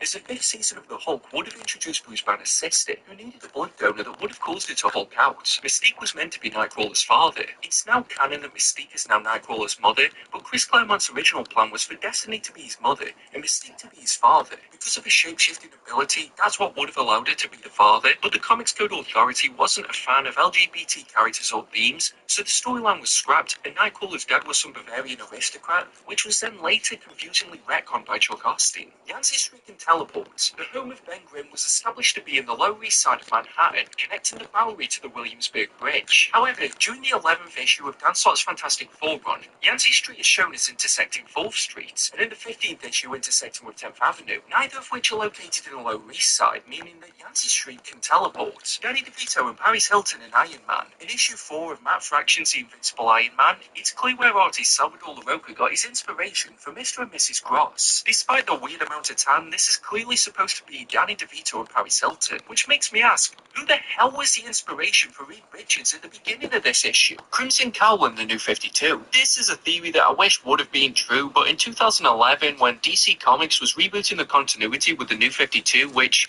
yes, of course, is my jam. There's even a t-shirt to prove it on maddogcomics.com. There was a hooded female character that appeared when the universe was being reset in Flashpoint issue 5, and she also appeared in the background of a lot of the new issue 1s. An early theory that gained traction is that it was the character who would be the catalyst for an eventual crossover between Marvel and DC. Some theorized it could be the Crimson Cowl, who was a villain of the Thunderbolts who could possibly get their hands on a few Infinity Gems. But this speculation went nowhere, and the character was revealed to be Pandora, who fairly stayed in the DC universe. But it was fun to dream. The two cops of Marvel and DC. One Marvel/DC secret crossover that did prove to be legit, with these two cops that were first discovered by writer Scott Snyder. They were mostly seen in kid-targeted books, but they've arrested Lex Luthor, the Vulture, and they've been seen helping Spider-Man, Robin, Batman, and countless other heroes. And they have gone largely unnoticed despite their commitment to preventing interdimensional crime. The Forgotten Spider-Man. But this entry is in reference to a little-known creepypasta. And like pretty much 90% of all creepypastas, it tells the story of someone discovering a lost issue whereby the character you thought you knew, in this case Spider-Man, became evil and started killing people for no reason whatsoever. The costume's different and no one within the world has any knowledge of this Forgotten Spider-Man, and no disrespect to the person who wrote this, but this is a very paint-by-numbers creepypasta. Like if you've read one of them, you've pretty much read them all. Everyone forgot about Forget-Me-Not. He was a mutant who was first introduced in X-Men Legacy issue 300 in March 2014 and has the ability of imperceptibility, whereby he cannot be remembered by anyone unless he is stood directly in front of them. Since his introduction, he's only appeared in a handful of issues, but ironically, he appeared a few months ago in an issue of Legion of X, whereby he died. And don't get annoyed at that spoiler, nobody cared about him anyway, since most of the comic reading community forgot about him, so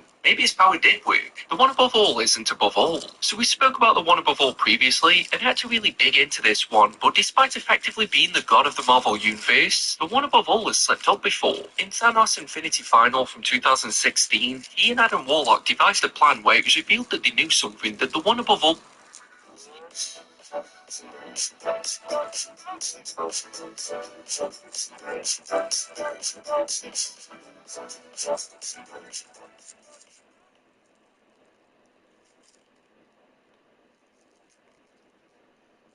didn't. Corey in the House is Marvel canon. This is a 2007 sitcom that ran for 2 seasons. It was a spin-off of That's So Raven, which had a crossover with The Sweet Life of Zack and Cody, which had a character in it called Mr. Mosby. He has also appeared as the same character in Phineas and Ferb, which has also crossed over with Marvel as we mentioned earlier. So by this long-winded explanation, whoever this Corey is and whatever house he lives in must somehow exist in a universe with Marvel characters. And no word yet on if he sided with Captain America or Iron Man during Civil War. Kilometer Sin. Yep, we're ending this with a dumb meme that made a little bit of traction back in 2020, where the character Miles Morales was represented with an evil alter ego known as Kilometer Sin. However, as of yet, this hasn't been referenced in the comics, and if you don't know what you're about to see, it may scare the shit out of you for a second, apparently. And with that, we've come to the end of the Marvel iceberg. If you've got to this point, then thank you.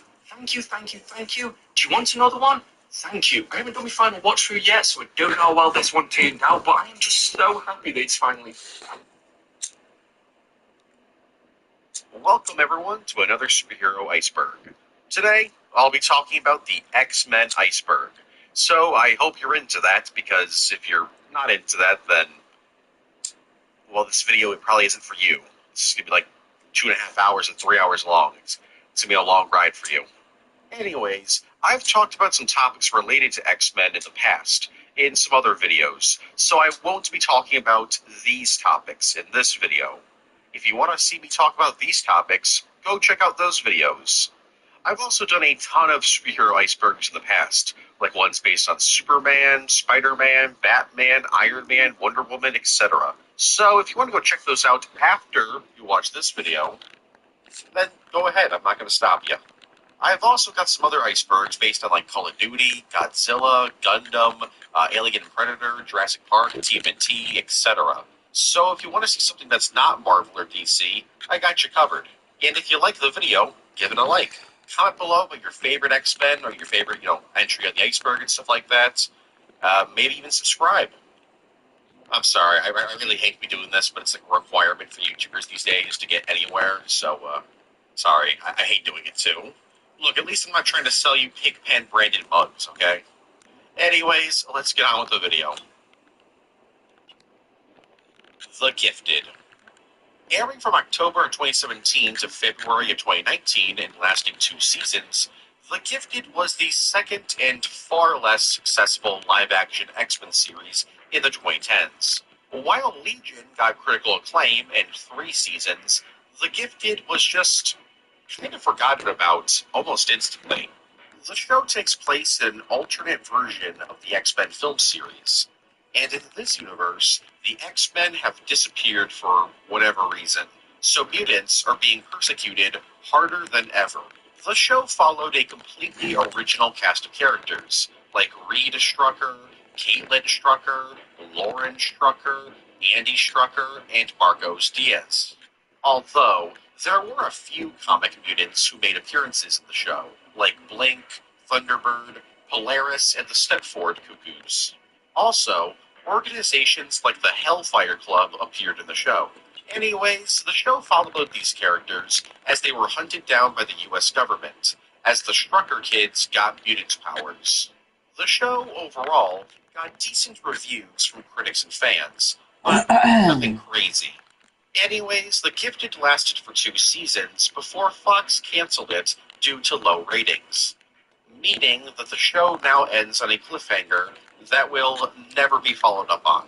Also, the show did this thing where every episode's title had one uppercase letter. In season 1 it was an X, and in season 2 it was an M. So, like, if the show kept going on, were they just gonna keep doing this? Like, in season 3 it'd be E, and then season 4 it'd be N, just like spell out X-Men? That's pretty dumb, I gotta be honest with you. Overall, The Gifted is a forgotten-about show that's really only known for being the live-action debut of a handful of X-Men characters. Deadpool's history of being delisted. Sadly, a lot of games get delisted from online stores over the years, but few games have ever been delisted twice, and even fewer games have been delisted 3 times.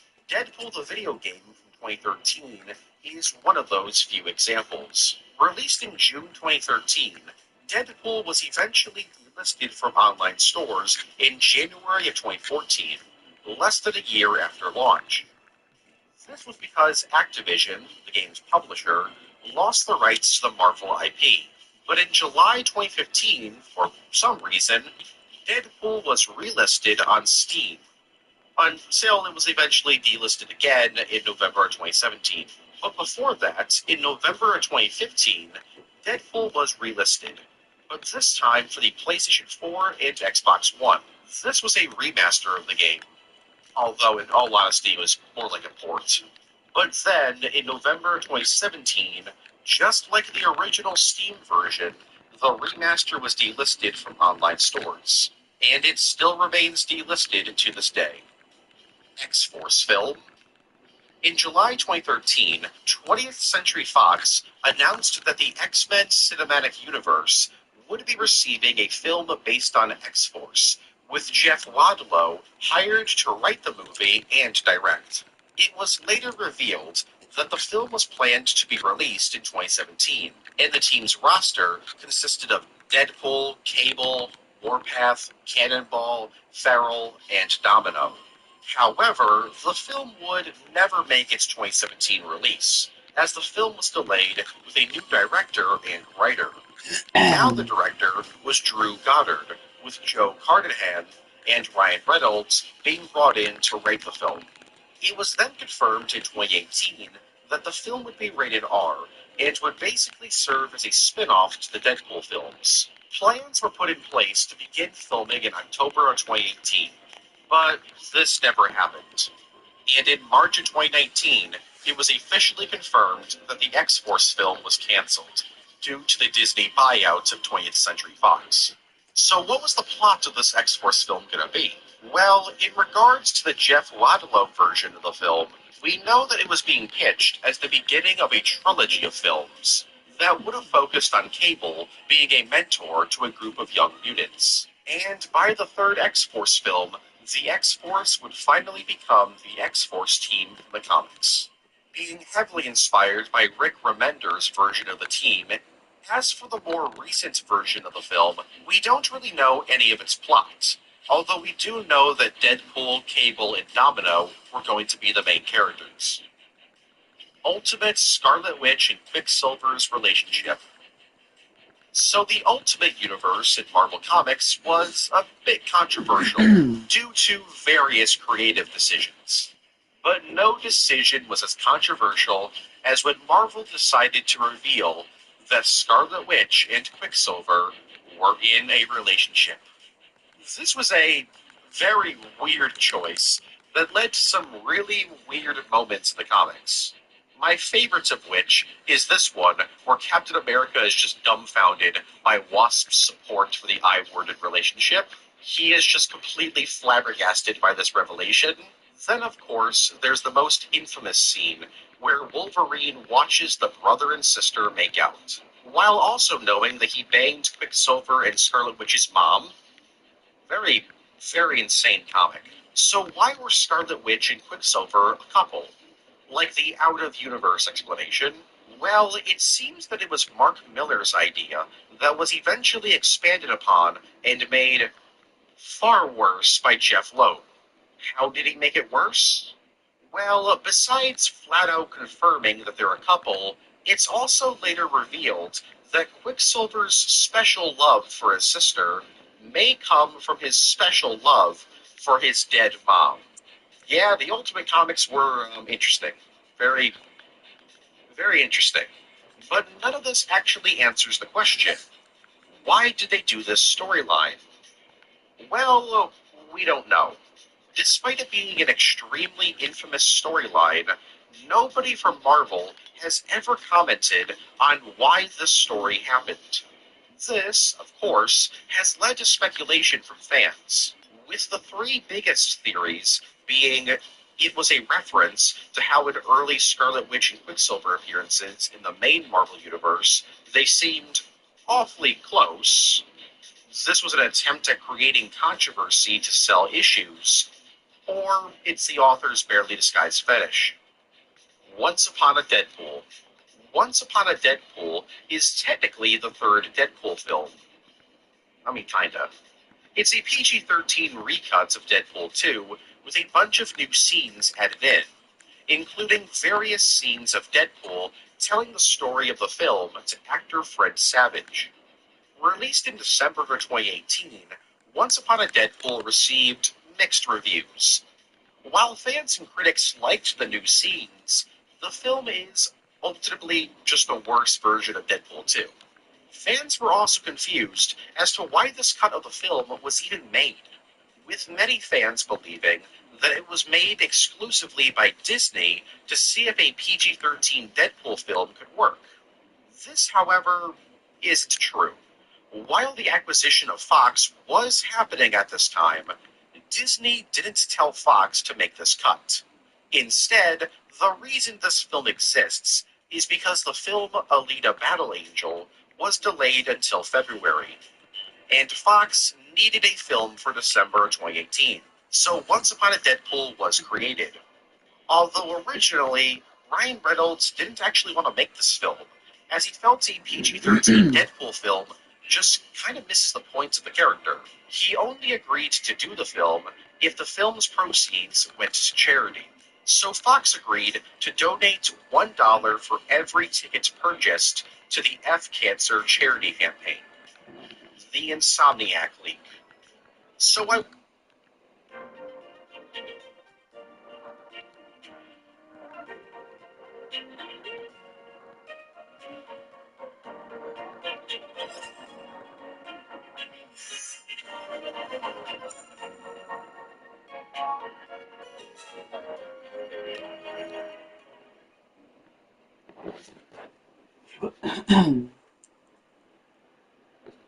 won't be showing any leaked images or videos from the leak, out of both respect for Insomniac and also for very obvious legal reasons. In December of 2023, Insomniac was hit by a ransomware attack that leaked a massive amount of upcoming projects, including Spider-Man 3 Part 1 and 2. I hope they don't just make Spider-Man 3, don't do Marvel. A Venom game, a canceled Spider-Verse live service game, a new Ratchet & Clank game, and an X-Men game. But the game most leaks was Marvel's Wolverine, which, because of the leaks, we now know is targeting a 2026 release window. The game was announced in September of 2021, and we pretty much know everything about it. Like, everything. From the entire plot, the voice cast, the characters, gameplay mechanics, its ties with the Insomniac Spider-Man games, and worst of all, entire levels of the game were leaked online. And I'm not talking about just videos of the levels. I'm talking about playable levels. Like, you can actually play the game. But if you actually did this, you were hit by a DMCA. But worse than all of those leaks, personal information regarding many of Insomniac's employees were also hacked. Overall, the Insomniac leak is one of the most infamous hacks in the video game industry. And regardless of how Marvel's Wolverine turns out, this hack will always be one of the main things talked about in regards to this game. Deleted scenes. Now, every single movie out there has its fair share of deleted scenes, and the X-Men cinematic universe is no different. So here's 4 deleted scenes from each X-Men film. I'm only going to talk about 4 from each project because there's 13 different films I'm going to talk about, so we'd be here all day if I was to talk about every single one of them. In X-Men 1, a scene where Cyclops asks Wolverine if he can follow orders, to which Wolverine tells him to just give him a costume, was cut from the film. A scene where Jean Grey demonstrates her powers to Wolverine was cut. This would lead into Cyclops and Wolverine arguing, and in this argument, Cyclops would make fun of Wolverine's bad memory. The scene of Cyclops teaching his automotive class was originally supposed to be much longer. And finally, a scene was cut involving Cyclops checking on Storm after the attack at the train station. In X2, a scene where Jean controls the X-Jet with her telekinesis, only for her to lose control, was cut from the film. A scene where Cyclops pilots a helicopter and uses it to transport Professor X to the X-Mansion was cut. There was also a scene that was cut that had Professor X and Cyclops traveling through an illusion of the abandoned X-Mansion looking for students. And finally, there was a scene that was cut where Jubilee would be seen using her powers in a museum. In X-Men 3, The Last Stand, Beast would be shown snapping the neck of an enemy mutant. The scene of the Phoenix destroying Alcatraz was originally much longer. Wolverine and Storm would battle Juggernaut at Jean Grey's house, which would result in Storm knocking out Juggernaut with her lightning. And finally, the film had 2 different final scenes that didn't make the cut. Wolverine returning to the bar from the first film, and Rogue returning to the X-Mansion, revealing that she didn't take the cure. In X-Men Origins Wolverine, a scene showing Sabretooth about to torture and kill Blob was cut. Originally, Wolverine was going to let Stryker wipe his memory so he wouldn't have to remember Cable's betrayal. There was also going to be a scene that featured a cameo from a young Storm. And finally, the film's ending was originally going to have Wolverine drinking at a bar in Japan. In X-Men First Class, a scene where Moira and Professor X would kiss while drinking was cut. There was also a scene where Banshee would accidentally cause Professor X and Moira to become nauseous while testing his powers. A scene showing Magneto arriving in Argentina to hunt down former Axis Powers members was cut. He would see a child and their mother, which would remind him of his mother.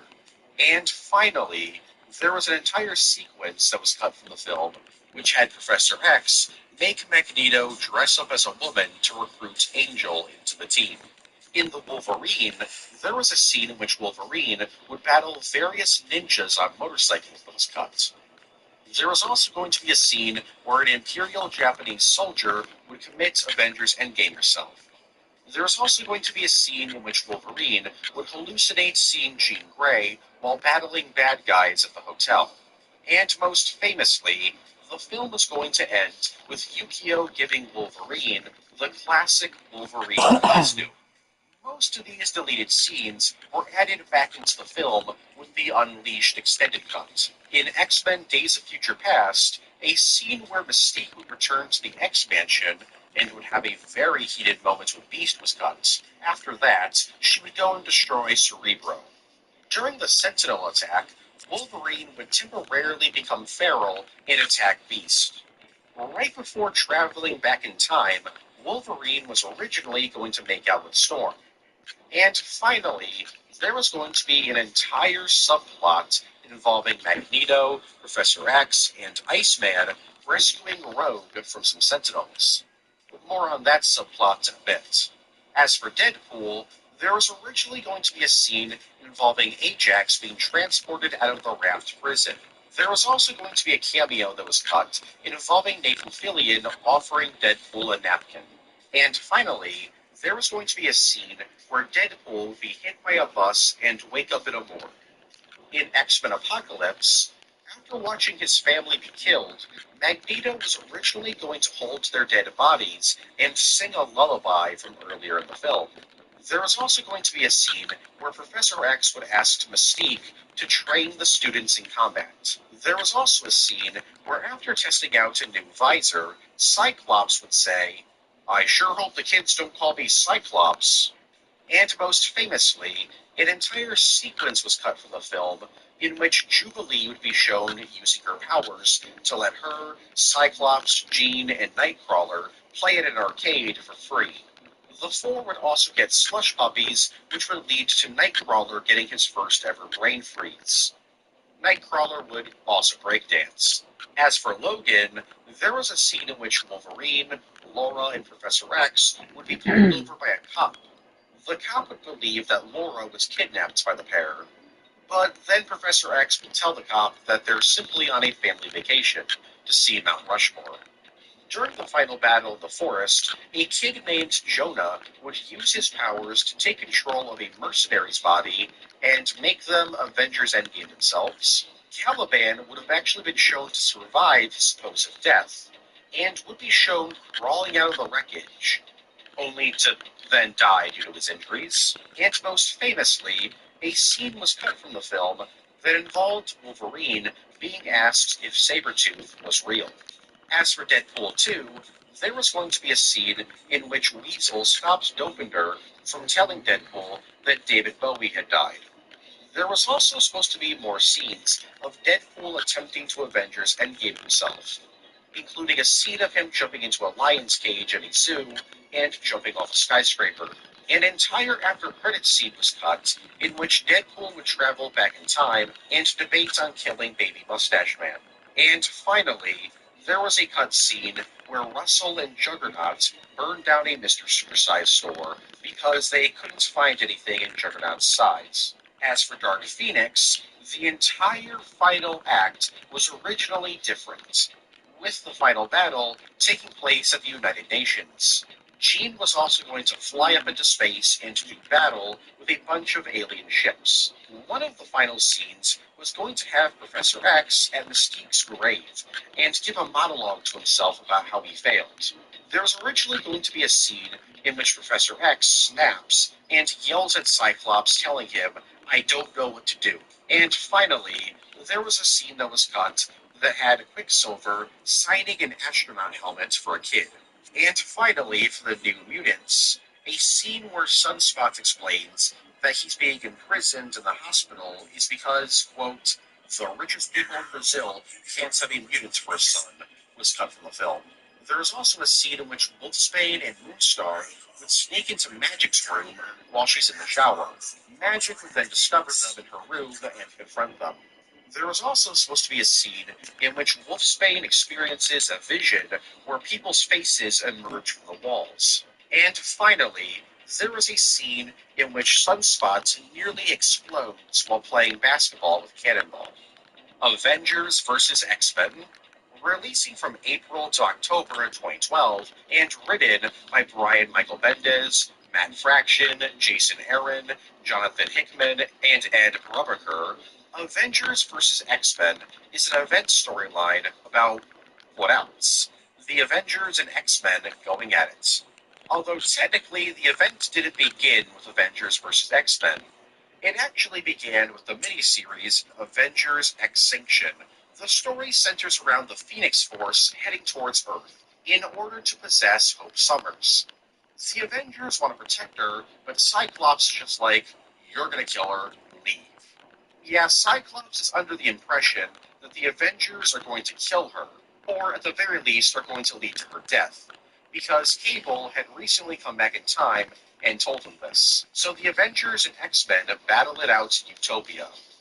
Hope escapes Utopia during the fight, causing the X-Men and Avengers to stop fighting and to travel around the globe looking for her. When they eventually find her on the moon, it's too late, and the Phoenix Force is here. But Iron Man's just like, I got this, and uses his Phoenix Buster armor to destroy the Phoenix Force. Except it doesn't work, and it splits up into multiple pieces, meaning that instead of Hope getting possessed, Cyclops, Emma Frost, Magic, Colossus, and Namor are all possessed by the Phoenix Force, becoming the Phoenix Five. And the Phoenix Five then decide to destroy the world. Just kidding. They actually decide to give out free food, water, and energy to people. But the Avengers aren't really hyped about this, because they're afraid of their unchecked powers. So they attempt to stop them. Eventually, Professor X joins the fray as Cyclops gets crazier and crazier, absorbing everyone else's Phoenix powers, becoming the Dark Phoenix. At the end of the day, Cyclops kills Professor X, and then Hope and Scarlet Witch get rid of the Phoenix Force for good. Except, well, not for good. The Phoenix Force always comes back. Cyclops is then arrested, and Captain America forms the Uncanny Avengers. As with other events, Avengers vs. X-Men wasn't just the core series. It had various tie-in issues featured in Secret Avengers, Wolverine and the X-Men, Avengers Academy, New Avengers, etc. The story was, overall, not very popular. I mean, it sold very well, but its reception was pretty mixed, with many fans not really caring for what the story did to Cyclops, and many felt the whole conflict was pretty forced. As of right now, the event hasn't been adapted in any form of media, although we'll probably one day see a soft adaptation of it in the MCU. X-Men Destiny. Released in September of 2011 for the PS3, Xbox 360, Nintendo DS, and Nintendo Wii, X-Men Destiny is one of the most infamous Marvel games ever made. The game allowed you to not create your own character, and instead choose to play as either one of three original characters, as they work together with either the X-Men or the Brotherhood of Mutants. The game advertised itself as being able to make choices throughout the story that would affect the game's ending, leading you to become either a villain or a hero. But that wasn't actually the case, as none of the choices really mattered except for the one at the end of Chapter 7, where you'd be given the choice to join the Brotherhood of Mutants or the X-Men. So, you could choose every single X-Men choice throughout the story, but then be like, no, I'm gonna be evil. But hey, as long as the gameplay's fun, then who cares about the story? Problem is, X-Men Destiny's gameplay was pretty average at best. Critics and players alike found the combat to be really simple and boring, and because of this, the game received very mediocre reviews. Dennis Steinak, the founder of Silicon Knights, the developers of the game, would later reveal that the game's budget was drastically reduced because of the recent Disney acquisition of Marvel. But that's not the full reason why the game is so infamous. X-Men Destiny was at the center of a legal battle between Silicon Knights and Epic Games, as Silicon Knights had supposedly copied thousands of lines of code from Unreal Engine 3 and removed Epic Games' copyright notice, replacing it with their own copyright in order to pretend they had actually created it. This resulted in X-Men Destiny being recalled and its unsold copies destroyed. This would ultimately lead to Silicon Knights filing for bankruptcy in May of 2014. Should also mention here that while X-Men Destiny was at the center of this legal issue, the legal battle actually began a couple years prior to X-Men Destiny's release, so it was just part of the lawsuit. It wasn't like the only thing. The last thing that I'll mention is that shockingly, the 3 X-Men Destiny OCs that you can play as have actually made cameos in another Marvel project, Marvel Avengers Alliance in 2012. Although, by cameo, I really mean that they're just name dropped as being mutants killed off screen. But hey, I mean, it's something. The original Deadpool 3. In November of 2016, it was announced that not only was Deadpool 2 in production, but Deadpool 3 was being planned. Eventually, it was revealed that Deadpool 3 would actually be released after the X-Force film. But unfortunately, because of Disney's acquisition of Fox, both X-Force and Deadpool 3 were cancelled. Or X-Force was cancelled. Deadpool 3 was actually never flat out cancelled, at least publicly, with Disney CEO Bob Iger stating in December 2017 that Deadpool would be integrated into the MCU. And that's what's happening with Deadpool and Wolverine. But that film is not what the original Deadpool 3 was going to be. According to Ryan Reynolds, Deadpool 3 was originally going to be a road trip buddy comedy centered around Deadpool and Wolverine trying to save Christmas, with the film's plot being inspired by the 1950s film Rashomon. So while Deadpool 3 was always going to have Wolverine in it, it wasn't originally going to be a multiverse story. The Rogue Cut. I briefly mentioned it earlier, but originally, Days of Future Past was going to have a subplot about Rogue being rescued from some Sentinels by Professor X, Magneto, and Iceman. However, this entire subplot was cut from the film, which results in Rogue having an extremely minor cameo in the final film. This rightfully annoyed a lot of fans, and seeing how much Just lock in, man. Just lock in. it was decided to put the subplot back into the film, along with a few more deleted scenes, including a new after-credits scene involving Trask being locked in a cell beneath the Pentagon. Also, the Mystique sequence, where she returns to the X-Mansion, was also added back into the film. This version of the film overall added 17 minutes of new footage, and it was called The Rogue Cut. And since its release in July of 2015, it's been regarded as the definitive version of the film. Skrulls in Dark Phoenix. So you know those aliens in Dark Phoenix? The ones led by Vuk? Well, these aliens are known as the Dabari in the film. The Dabari are an alien race from the comics who had their star system destroyed by the Phoenix during the Dark Phoenix saga. However, the aliens in Dark Phoenix weren't originally supposed to be the Dabari. As confirmed by Ty Sheridan, Cyclops' actor, the original plan for these aliens was that they were going to be Skrulls, and that Vuk would have been the Skrull Queen instead of, well, Vuk. This was changed during production, most likely to avoid any legal issues with Marvel and Disney, as Fox didn't actually own the rights to the Skrulls. But after the Skrull change, the Dabari were then supposed to be the Shi'ar, a completely different alien race from the comics. This would have led to Vuk being known as Naromami. This actually made it into filming, but was removed because director Simon Kinberg believed that this would take away focus from the main cast of characters. Old Man Logan. Old Man Logan is an 8-issue storyline that ran from June 2008 to September 2009. Written by Mark Miller and Steve McNiven, this story takes place in a dystopian America. After Mysterio tricks Wolverine into wiping out most of the X-Men, America soon falls, as the world's villains team up to take out the world's heroes. 50 years into this new era, Wolverine, now just called Logan, is forced to go on an adventure to save his family from the evil Hulk gang.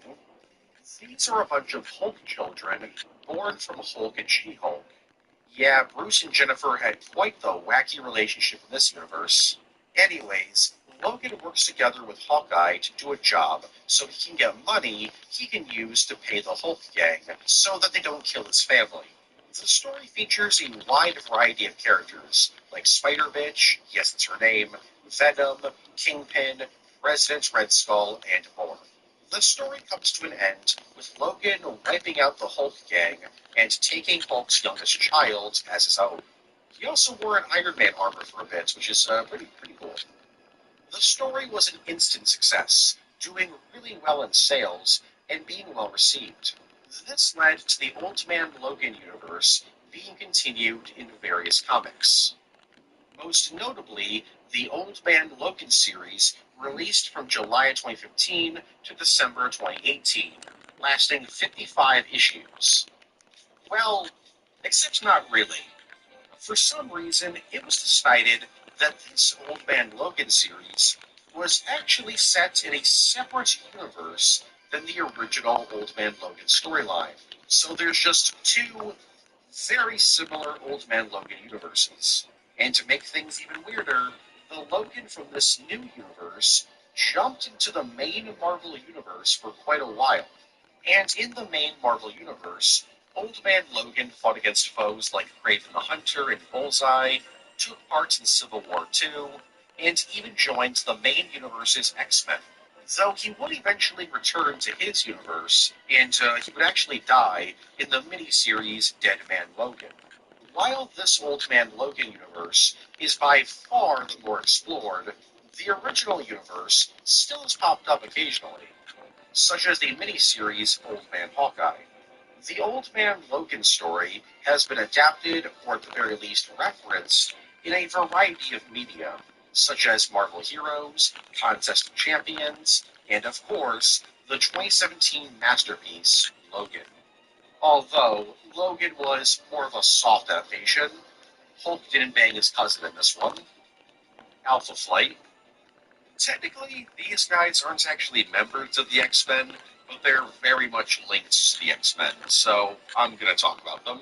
First appearing in the Uncanny X-Men issue 120, released in April of 1979, Alpha Flight is basically Canada's answer to the Avengers.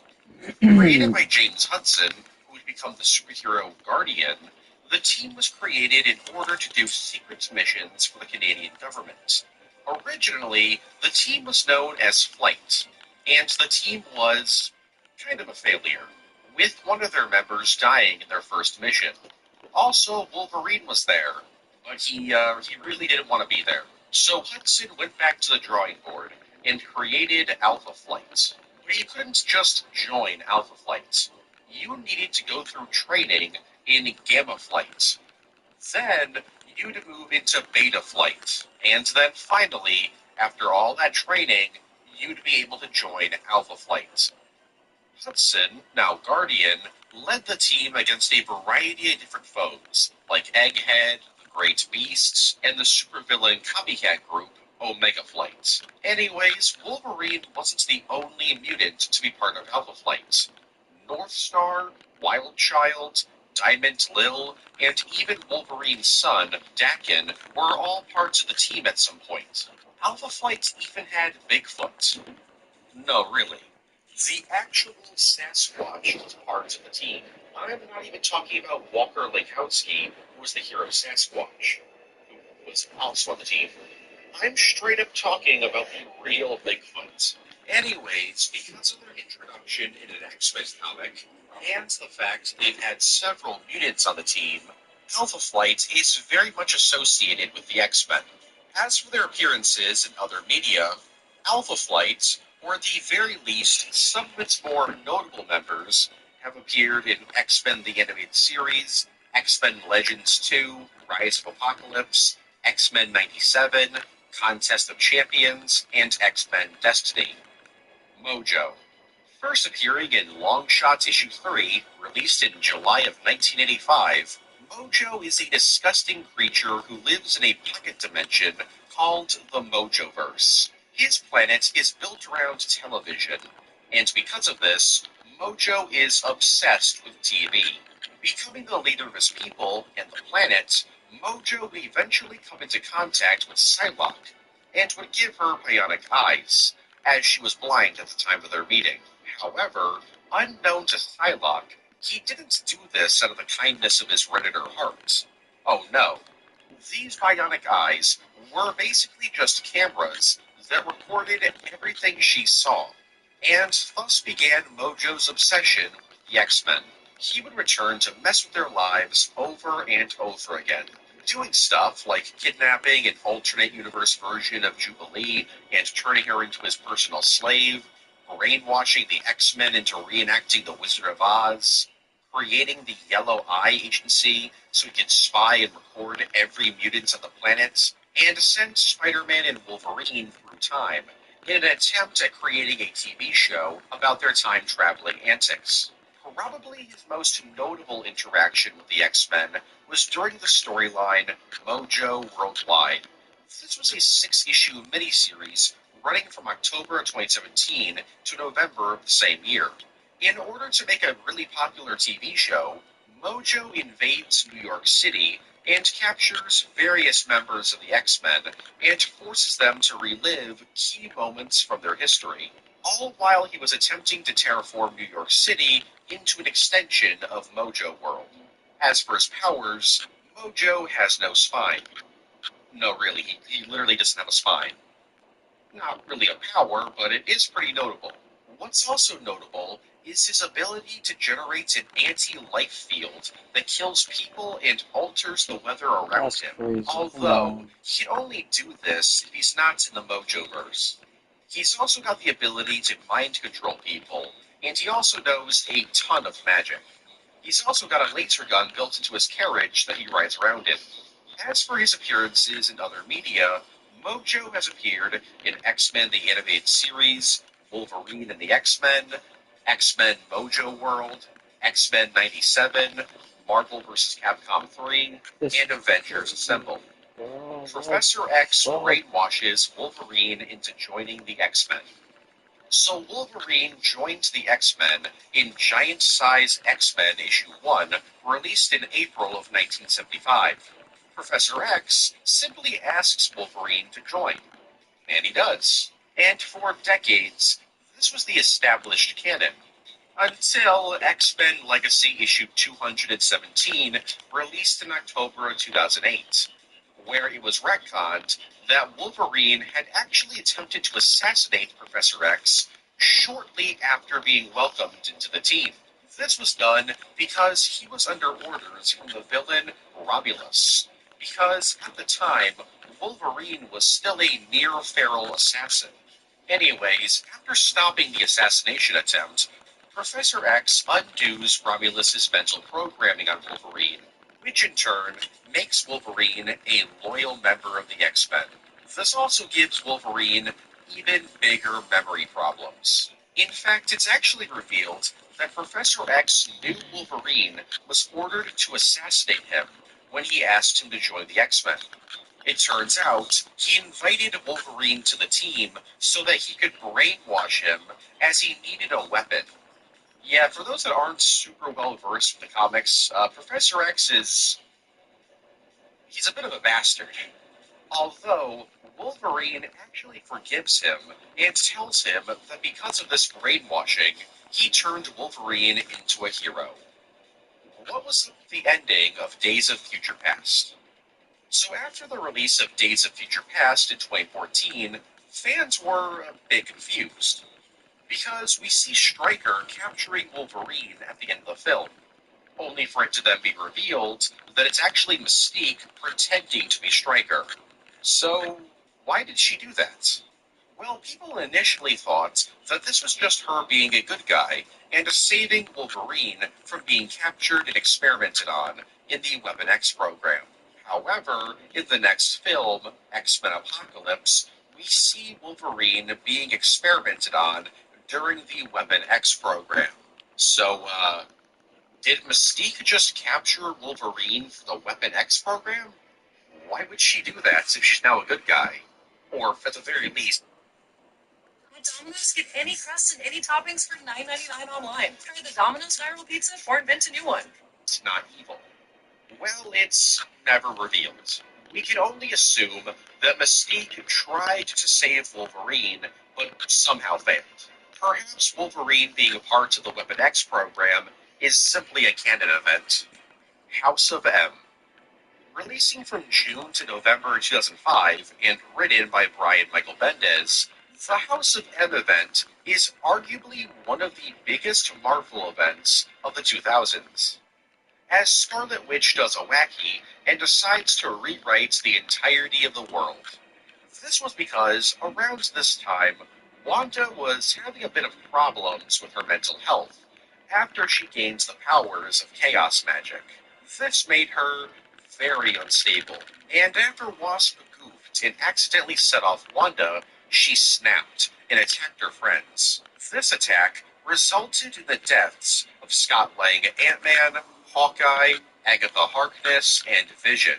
In the aftermath, Wanda was kept in a comatose state by Professor X, and Professor X, being the hero that he is, then calls upon the X-Men and the remaining Avengers to discuss potentially killing Wanda, as her powers may cause the collapse of reality.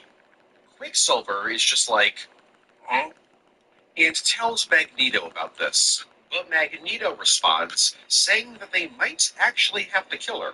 So Quicksilver then races over to Wanda and convinces her to create a new reality by combining her powers with Professor X's.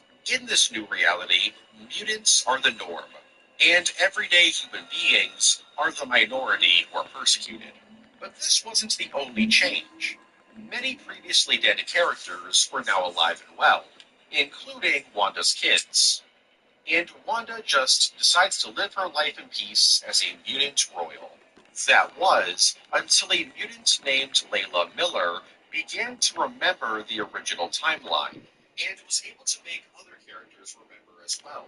So she began waking up people, and eventually a ton of heroes rose up and went after Wanda. Except not really. Yeah, they didn't actually know Wanda was responsible for this, and instead went after Magneto, blaming him for this mess. Magneto was rightfully a bit confused by all of this, and was eventually given his memories back. And upon getting his memories back, he was pretty mad, and ends up killing Quicksilver. But Wanda revives him, and is pretty upset that Magneto would choose to save the Earth and humanity over his own kids. So, she says the famous line, "No more mutants." And suddenly, reality is back to normal, but with a cost. Almost every single mutant is no longer a mutant, and is now just a regular human being. The mutant population was once in the millions, but after this, it was now in the hundreds. This would later be known as M-Day. House of M ran for 8 issues and featured various tie-in stories with the heroes of this new world, like ones centered on Spider-Man, the Avengers, the Fantastic Four, and Hulk. As for its adaptations, House of M hasn't ever been fully adapted